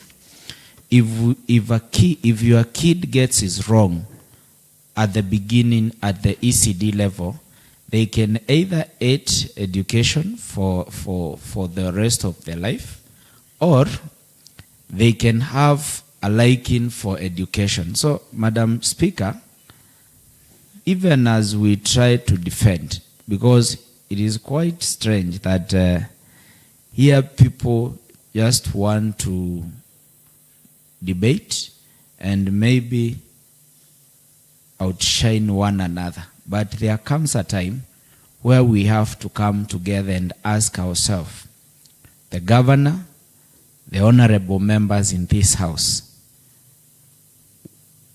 how are we faring in terms of what we were voted by our people and what are our people saying? Because from year one, we have been very consistent on issues of public participation. And Madam Speaker, every time the members of public give us their priority, then we come and budget based on our own preferences. Then it will get to a point, we'll go for those public participation, and the members of public will send us back because it will appear like we are not taking heed of what they are saying. Madam Chair, on education, we only have provision for 10 classes within the entire county, and they are not new classes. The department indicated that they had only budgeted for 10 million shillings for renovation, which is still way too high. Information, Madam Speaker. Yeah. What are you informing me on? See, you know, Madam Speaker, seriously, can we keep to the topic of the day? We are discussing budget ceilings. Not the budget. Please, time is running. Let's discuss the budget ceilings. That is what I'm on, eh? Yeah. Because the the 10 million that I'm talking about, and the chair can confirm, as per the ceiling, that is the amount that has been allocated for ECD classes. And it is this ceiling, you cannot separate the two. Ceilings and budgets are twin, because it is the ceiling that will inform the kind of budget that we are going to have. Point of information, Madam Speaker. Point of information. Then, point of information. Thank you. Thank you, Madam Speaker. I agree with the honorable member that it is the ceiling that is going to inform the budget. But he is anticipating, through Madam Speaker, that the ceilings are not going to take care of the construction of the ECD classes. He is anticipating. Why can't he wait for the budget, the real budget, to arrive here so that he actually sees that there is no money for construction or renovating ECD classes? And this house, you normally encourage us not to anticipate things in the future and deal with matters beforehand. Thank you, Madam Speaker. Thank you. Honorable Kaviu. Madam Chair, Madam Speaker, sometimes if somebody has nothing to share with the house, it is sometimes always good to keep quiet, because instead of assuming or alleging that you are informing, but you are just wasting precious time for this house. Madam Speaker, as Ndawa said, I'm not a madman. I sit in that committee for education, and I'm saying this from a point of information. The minister and the chief officers and the members can confirm. They said that they have only been given a total of 10 million for renovation of existing new classes, and they even pleaded with the committee, we see whether we can have their ceiling reviewed so that they can factor for new classes. So, Madam Chair. Information, Chair. Maybe in support of what he's saying, because the report we are reading shows that the department intends to construct 10 ECD classrooms. Not unless we agree here, the wards where the 10 are going to be constructed, then if my ward is one of them, I would be home and dry.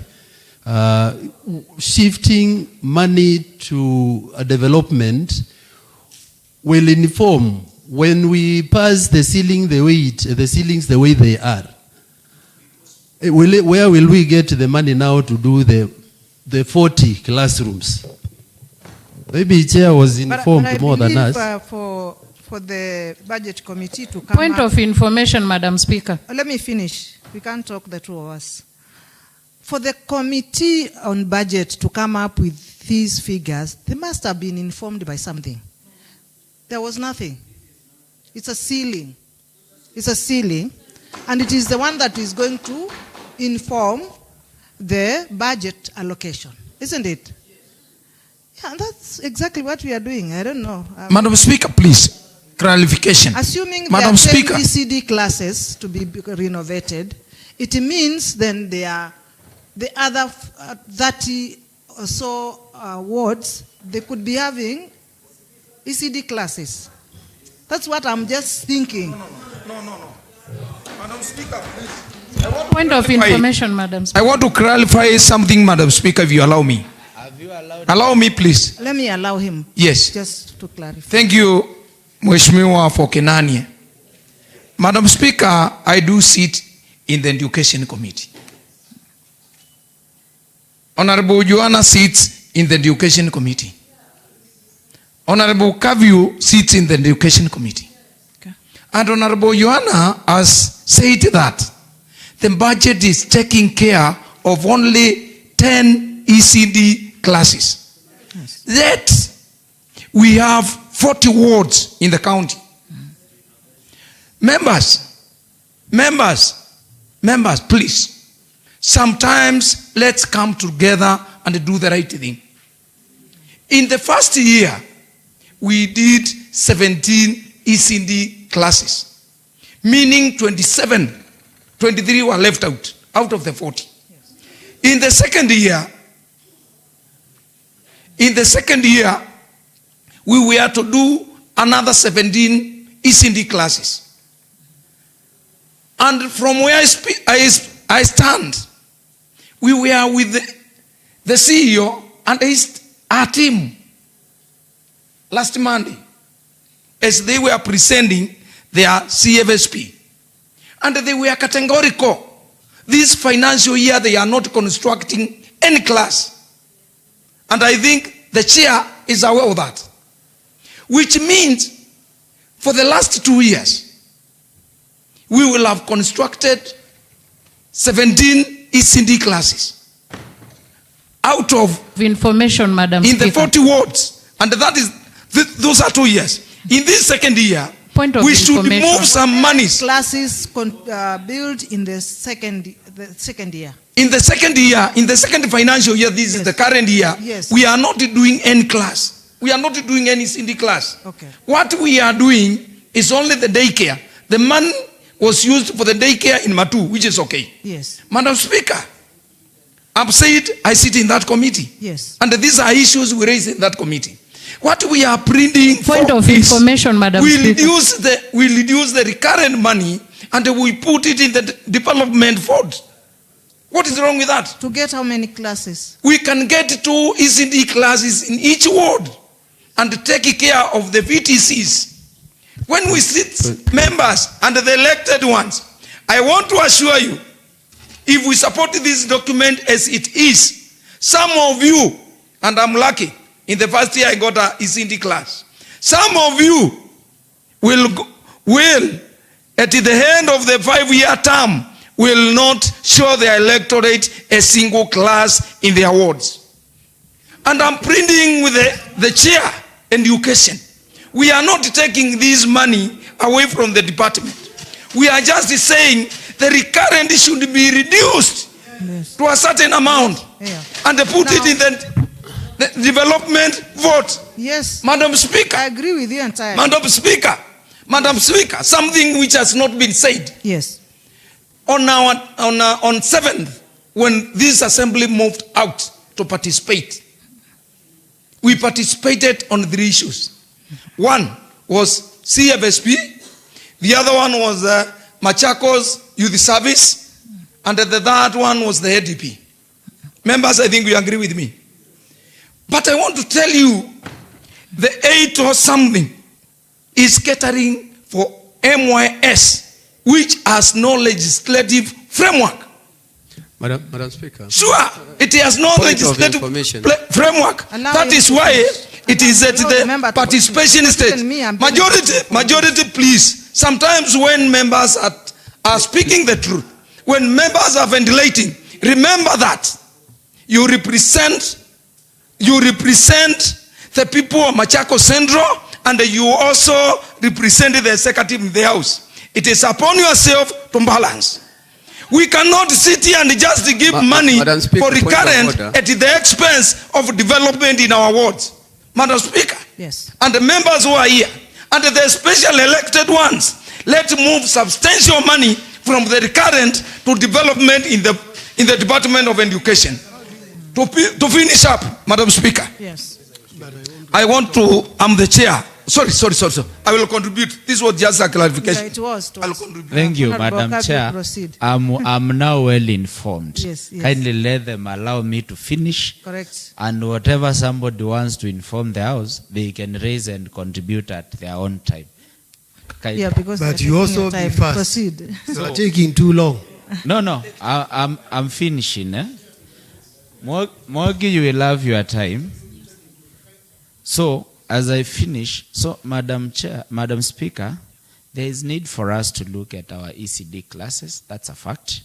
And people are asking where we can get money. One, the reason we have a lot of money under recurrent, I agree with some of the previous speakers. You saw after the first cohort, we are taking another one in June, and probably next year we'll have another cohort.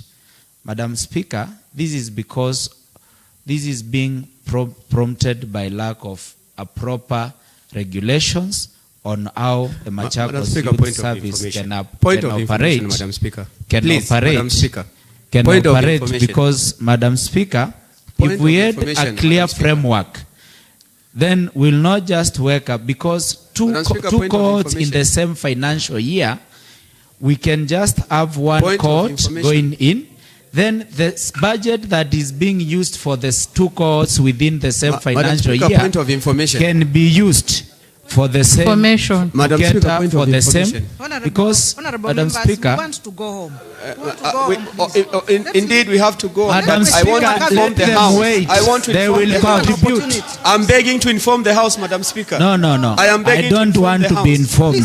I've been informed. This is your House, Madam Speaker, and I'm begging to inform your House. I'm not informing. Madam Speaker, I'm on the floor and he's standing. We are 2 of us. It is our House. Yes. So allow me to inform the House. Allow him to finish. Let me finish. You will contribute at your own time. And stop becoming a stumbling block. You are bringing a lot of confusion so that people don't contribute. Madam Speaker, as I was saying, there is no need for us of taking 2 cohorts within the same financial year, it is eating a lot of money. We want to empower youths, yes. But what is our core mandate as the education department? We cannot just focus on one program and kill the other programs. Madam Speaker, our vocational training center are really struggling. We don't have instructors. We don't have our ECD teachers. Most of them are on contract basis. So, Madam Speaker, we want to be reasonable enough. Let's have money set aside for the ECD classes, at least, even if not 2, just 1 per ward. And that is possible, we can get it. And another department that we can get money is the Department on Finance. Yesterday, the minister said that the project, the automation, the system that they have, the cost is 0. But if you go under finance, they have made a provision of 37 million that is supposed to cater for this particular system. And they said that they'll use that money to pay for, I don't know what is their contribution. So if the cost is 0, why are we still allocating 37 million to pay for the system? Because if what he explained is correct, then we expect the vendor to be paid using the revenue that we have raised, not us budgeting to pay and still recover the same from the revenue. Thank you. Yes. Thank you very much. Madam Ellen, you can ask for time and contribute. I don't know what is each in you.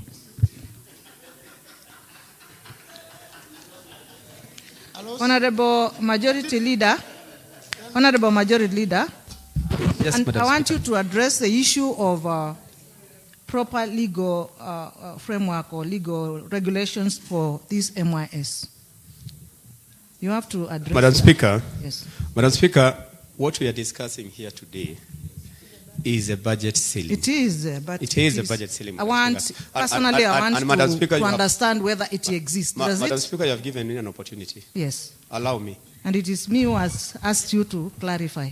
Madam Yes. Speaker, we cannot introduce Point of information. Point of information, Madam Speaker. Point of information. Okay.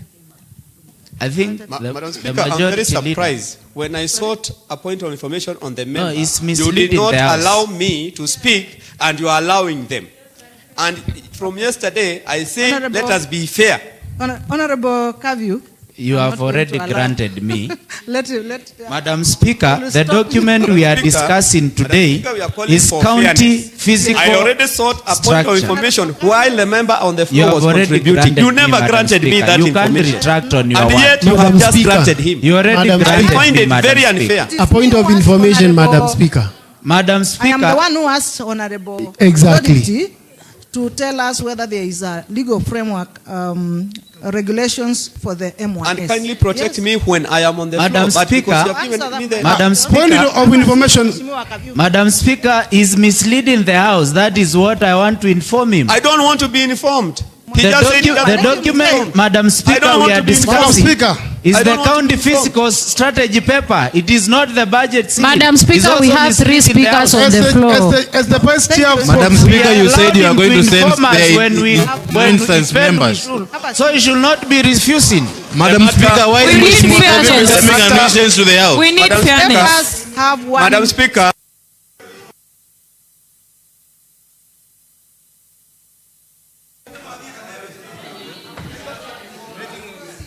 The matter before us is a county fiscal strategy paper. It is not MYS.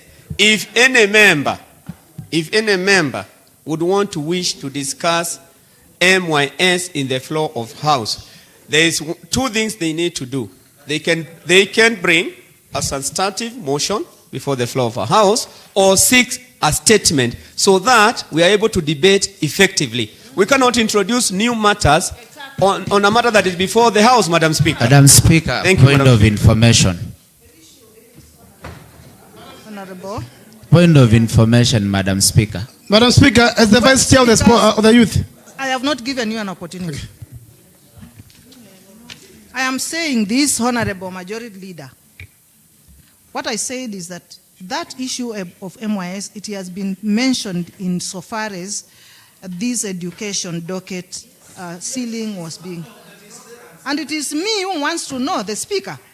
Do we have Madam Speaker, you preside over this House. Yes, I do. You preside over It this has House. come out. You preside over this House, Madam Speaker. And Madam Speaker, I believe that all matters that come to this House, you are always privy to and well advised to. And it should be clear to everyone that we cannot introduce new debate or new matter on top of another matter. Point of Madam information. Speaker, Point of information. Madam Speaker, as the chair of this House, the person who presides over important matters of this House, I think you are putting me into an unfair position to discuss matters that are not before You are this not House. chair of the House. You are the majority leader. Madam Speaker. Point of information, Madam Speaker. No contributions? Point of information, Madam Speaker. Please. Proceed. Madam Speaker. Madam Speaker. Yes, proceed. I think we also need to be very careful. We should not come into this House under influence of substance. Because, Madam Speaker, nobody is introducing things. The reason MYS is being mentioned, it is part of the program that has been factored into the ceilings. So, does the majority leader only want us to discuss the numbers without mentioning what is being factored? If you go underwater, the ceilings are talking about doing bores. So is there wrong if we talk about them? So MYS is one of the programs under the Department of Education that as a committee we factored. So there is nothing wrong if we talk about it and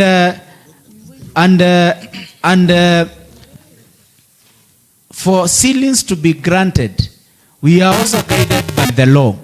So there is nothing wrong of us asking whether there is a legal framework that allows, because you cannot apportion funds to a program that doesn't have regulations and a policy on how it is going to be implemented. If you give funds to programs that do not have policies and regulation, those funds are subject to misuse because they'll be spent based on somebody's judgment and how they deem best. That's why we have acts and bills and regulation that regulate how the public funds are to be used. So we are not introducing a new thing. Thank you. Honorable Katiti. Thank you, Madam Speaker. I want to disagree with the chairperson of the Committee of Education, who happens also to sit in the Committee of Sports and Youth and Sports. She has said that MYS is anchored under Youth Empowerment Act, which is not, because the only act that came, the principal act that we have that was passed in this House was 2022. Currently, as the Vice Chair of Youth and Sports, we have an amendment act, MACHAKOS County Youth Amendment Act, which is currently in the committee, which has not graced itself in this House bill. So, giving MYS money, which has no regulations anchored to it, then I find it's not fit. What I should suggest now is that we move the recurrent money, some of the recurrent money, to development in that field of education, so that we can construct some of ECD classes. And as some of the members have said here, not even one of ECD classes have been constructed in my ward. Yet I've been passing budgets here for ECD classes to be constructed. So, I would request that some of the monies that will be spent under MYS, that has not, which the bill has not graced the floor of this house, that it may be moved to, now to development. And when that time comes, then we'll be able to maybe to do supplementally to apportion that money back to recurrent. Thank you, Madam Speaker. Thank you very much. Honorable Monga. Thank you, Madam Speaker. And I'm happy that the chair, that is the speaker, is a legal mind. Madam Speaker, I would implore you to make a decision at the tail end of this debate whether MYS, which has no legal framework, should be apportioned some money by this assembly. Let's not do things the way they should not be done. Earlier, I said that we participated just last week on the same MYS, and no one has raised concern on that or say that we did not participate last Friday. Now we are here. It is something which has not come to this assembly for members to make regulations or policies on the same. Are we going to give money to an imaginary project or program? We cannot do that, members. I'm not saying, and we are not saying, we take these monies from the Department of Education to another department. Me, I will say no. But let's take this money.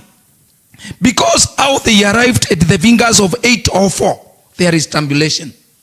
Madam Speaker, if you can get that tabulation, you will see some monies apportioned to MYS. And that is the monies we are saying, let's apportion them, let's move them to the development account so that we can build our ECD classes, we build VCTs, and also we do the stored ECD projects. Since 2013, we have over 50 stored ECD classes.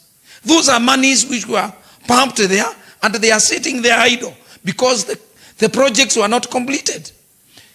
Secondly, Madam Speaker, I'm the chair labor. Madam Speaker, as we speak, the board will have no money from this month to pay their employees. Why? Because in the last financial year, they were requesting to be given 42 million and they were given 32 million. I'm telling you, from the end of this month, they don't know where they are going to get monies to pay salaries. In this financial year, they are requesting for 42 million. That is employees' compensation. They have been given 25. I have said last year they had been given 32 million. This year we are giving them 25 million. And I'm saying that the 4 remaining years of the the 4 remaining months of the financial year, they will have no monies to pay salaries. On the account of operations and management, they are requesting for 22 million. They are requesting for 22 million, Madam Speaker. And they have been given 0 money.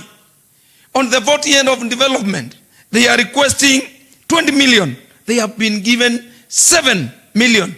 And all members who are here, they know where our County Public Service Board operates from. They have been housed by the youth center. The chair and his commissioners and the secretary, they share one room. Where is privacy? If you go there and they say you want to see the chair either walks out or he tells the commissioners to move out. I think, and this is something I shared with the budget chair on Monday, and those changes have not been captured. Surely, are we being fair? Members, let's not just be rubber stamps of whatever the executive brings into this house. Please, let's not. When we pass the ceiling as the year, the ADP will be anchored on the amounts that we have approved today. Thank you, Madam Speaker. I stand, by the way, I don't know whether to say I oppose the whole report, but I want those changes to be implemented. Thank you, Madam Speaker. Thank you very much. Honorable Dawa. Then Honorable Finance. Thank you, Madam Chair. Number one, I will start by saying that we are becoming what we call last-minute stranglers as an assembly. And that is a very dangerous term. Honorable Speaker, sometimes we reduce, period. We reduce, we say this document is supposed to be passed within 7 days, but we make resolution here as an assembly to shorten the period. Is there room for us to extend the period? The reason why I'm saying so, Honorable Speaker, this document was supposed to be delivered here at the office of the clerk to your office on 28th February. Honorable Speaker, because of reasons which are made known by everyone here, because of financial constraint, we were not able to do the public participation in the right time. And Honorable Speaker, you remember, you assigned us that task to go and do that public participation at least 2 days ago. It is a normal practice for this house. Whenever we do a public participation as an assembly, we converge in one room, we get views from Masinga sub-county, we compare with what came from Matungulu, what came from Machakos, what came from Yata, or what came from Kalama sub-county and other sub-counties. This has not happened. Now my big question that I have. The chair is here. He can be able to advise us. We may stay here, make noise until 10 in the evening. Point of information, Madam Speaker. Point of information. We don't want to be informed. What are you informing? But Madam Speaker, we don't make noise, we debate. It is noted. During our training, we were told that in assembly, we use that kind of noise, but constructive noise. Constructive noise. You need to go back to your school and get to understand some terminologies so that you don't keep on saying information. Honorable Speaker, I'm requesting that the chair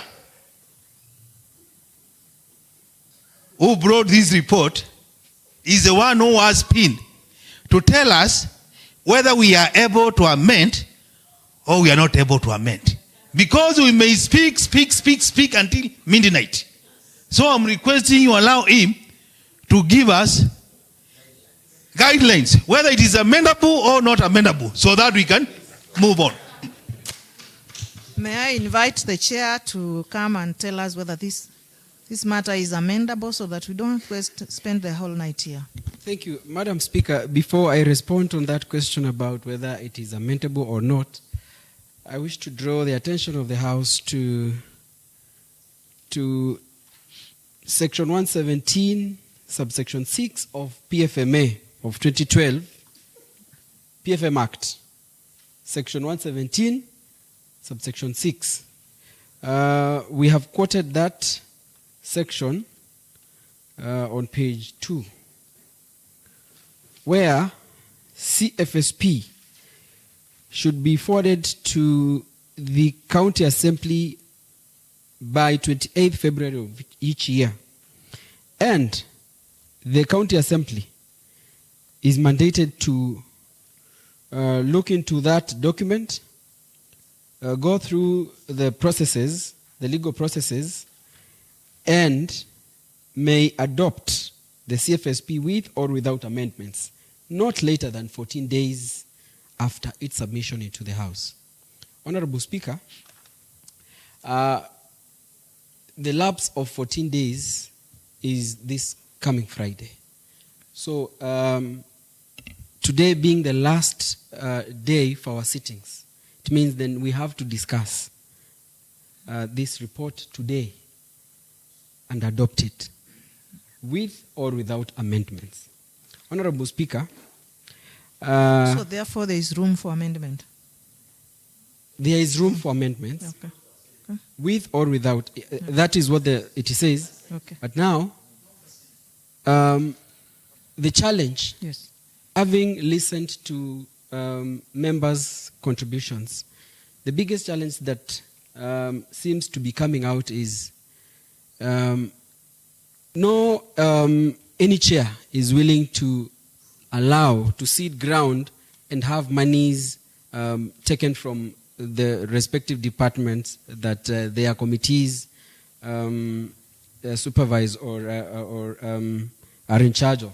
Yes. Therefore, that is the challenge that we have. However, the law has given 1%. The PFMA has given 1% alteration of the ceilings, a reduction or increase, where now any amendment can be done. So I leave that to the House now to make consideration and determination. 1%. 1% of each vote. Of each vote. It is PFMA. It is there. It is there. It is given in PFM Act. That is section 131 of PFMA. 131 of PFMA. Says that any increase or reduction in expenditure of a vote shall not exceed 1% of the vote ceilings. Okay. Of the vote ceilings. Yes. Yes. And that was what I meant. So then the alteration sounds like it's so insignificant. Yeah. So on expenditure. Yeah, another sorry, Yeah. Madam Speaker, another challenge that we have is we have constrained in resources against needs that are many. So that is the other challenge that we are facing. Okay. Where do we affect? Which department do we affect? Okay. I think we just need to conclude this matter because, yeah.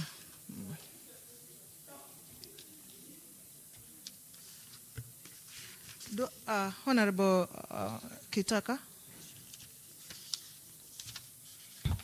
Thank you, Madam Speaker and honorable members.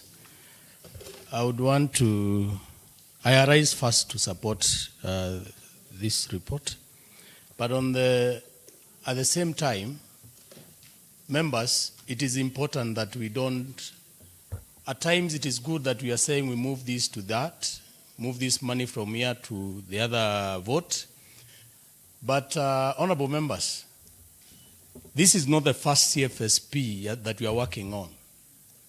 It is important, members, that we also ask ourselves, what has the previous CFSP ceilings and the performance of each and every department, have they adhered or have they absorbed the money that we have allocated them?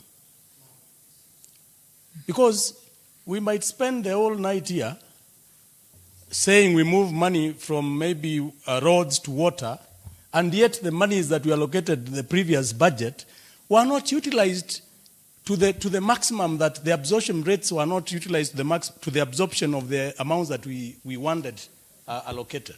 It is important that we visualize this matter in a very sober way. For example, honorable members, we have a budget that we passed, 2023-2024. Did we achieve what we wanted as an assembly? No.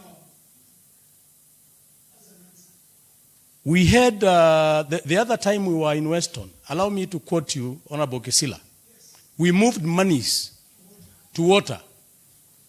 Do we have the programs that were undertaken, and are we able to spend all that money in those particular programs? So, honorable members, the big question is not how much the ceiling is, but how good will we be able to utilize that money.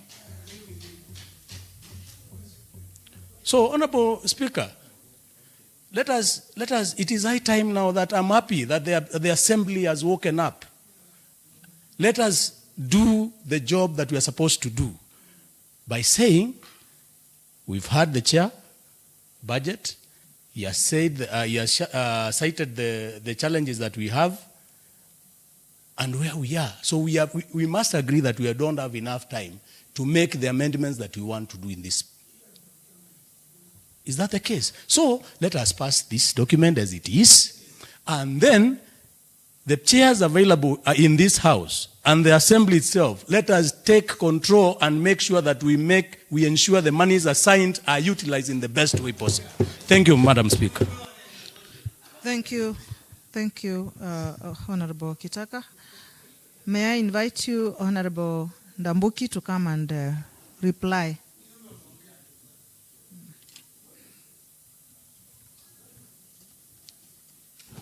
Thank you, Honorable Speaker. I had made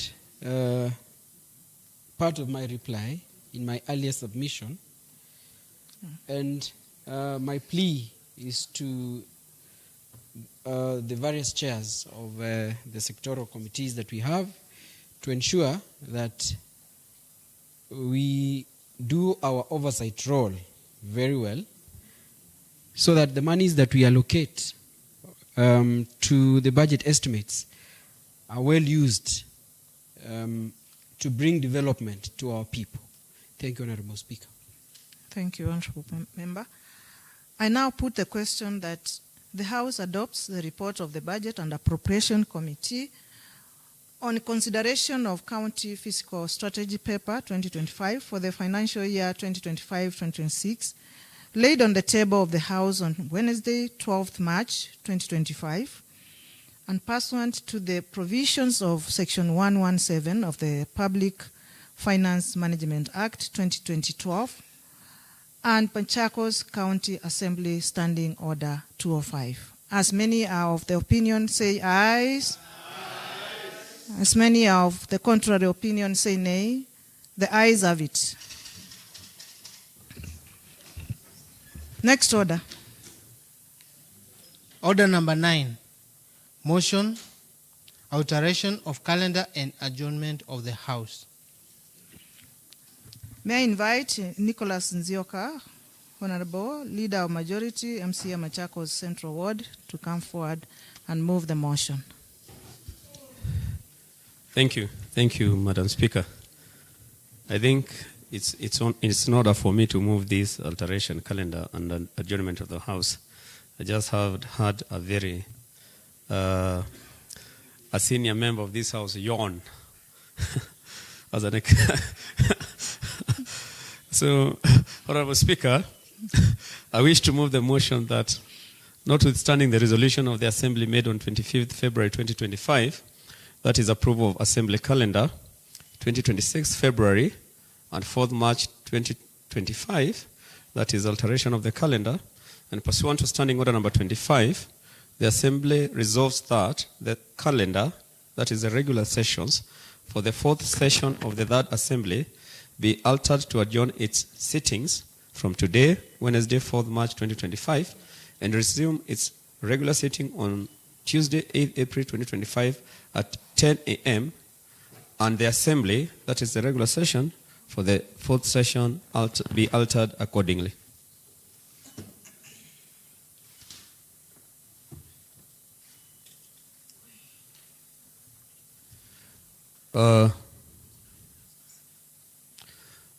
Madam Speaker, I would want to take that again.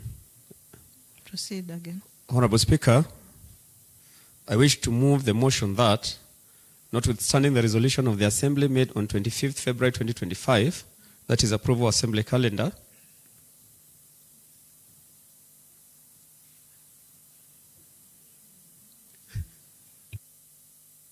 The Honorable Majority. Thank you, Madam Speaker. This is indeed a house of procedure. Honorable Speaker, I wish to move the motion that, notwithstanding the resolution of the Assembly made on 25th February 2025, that is approval of Assembly calendar, 26th February and 4th March 2025, that is alteration of the calendar, and pursuant to Standing Order number 25, the Assembly resolves that the calendar, that is the regular sessions, for the 4th session of the 3rd Assembly be altered to adjourn its sitting from today, Wednesday, 12th March 2025, and resume its regular sitting on Tuesday, 8th April 2025 at 10 a.m., and the Assembly, that is the regular session, for the 4th session be altered accordingly. I wish to call the leader of the minority to second me.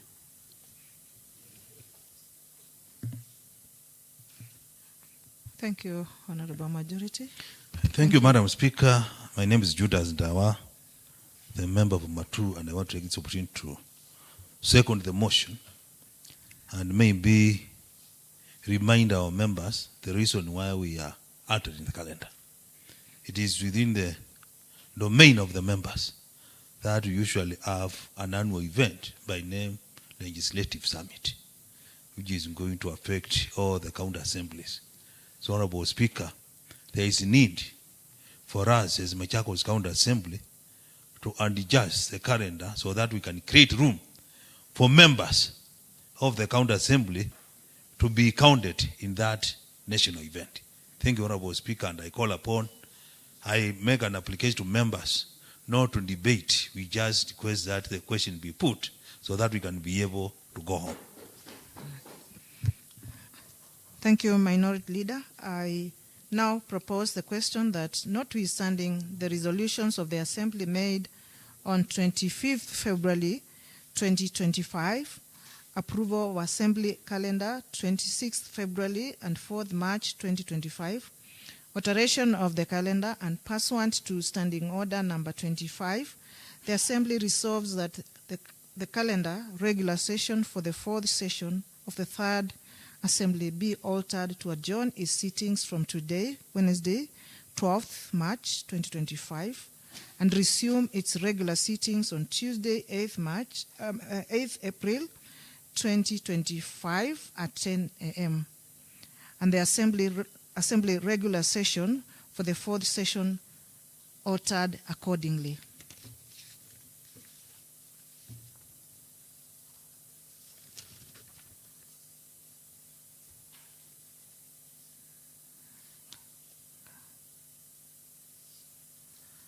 May I invite members to debate this motion? Thank you, members. I now put the question that, notwithstanding the resolutions of the Assembly made on 25th February 2025, approval of Assembly calendar 26th February and 4th March 2025, alteration of the calendar, and pursuant to Standing Order number 25, the Assembly resolves that the calendar regular sessions for the 4th session of the 3rd Assembly be altered to adjourn its sittings from today, Wednesday, 12th March 2025, and resume its regular sittings on Tuesday, 8th April 2025 at 10 a.m. And the Assembly regular sessions for the 4th session altered accordingly. As many are of the opinion, say ayes. As many are of the contrary opinion, say nay. The ayes have it. The House adjourns to Tuesday, 8th April 2025 at 10 a.m. in the morning. See you then, members.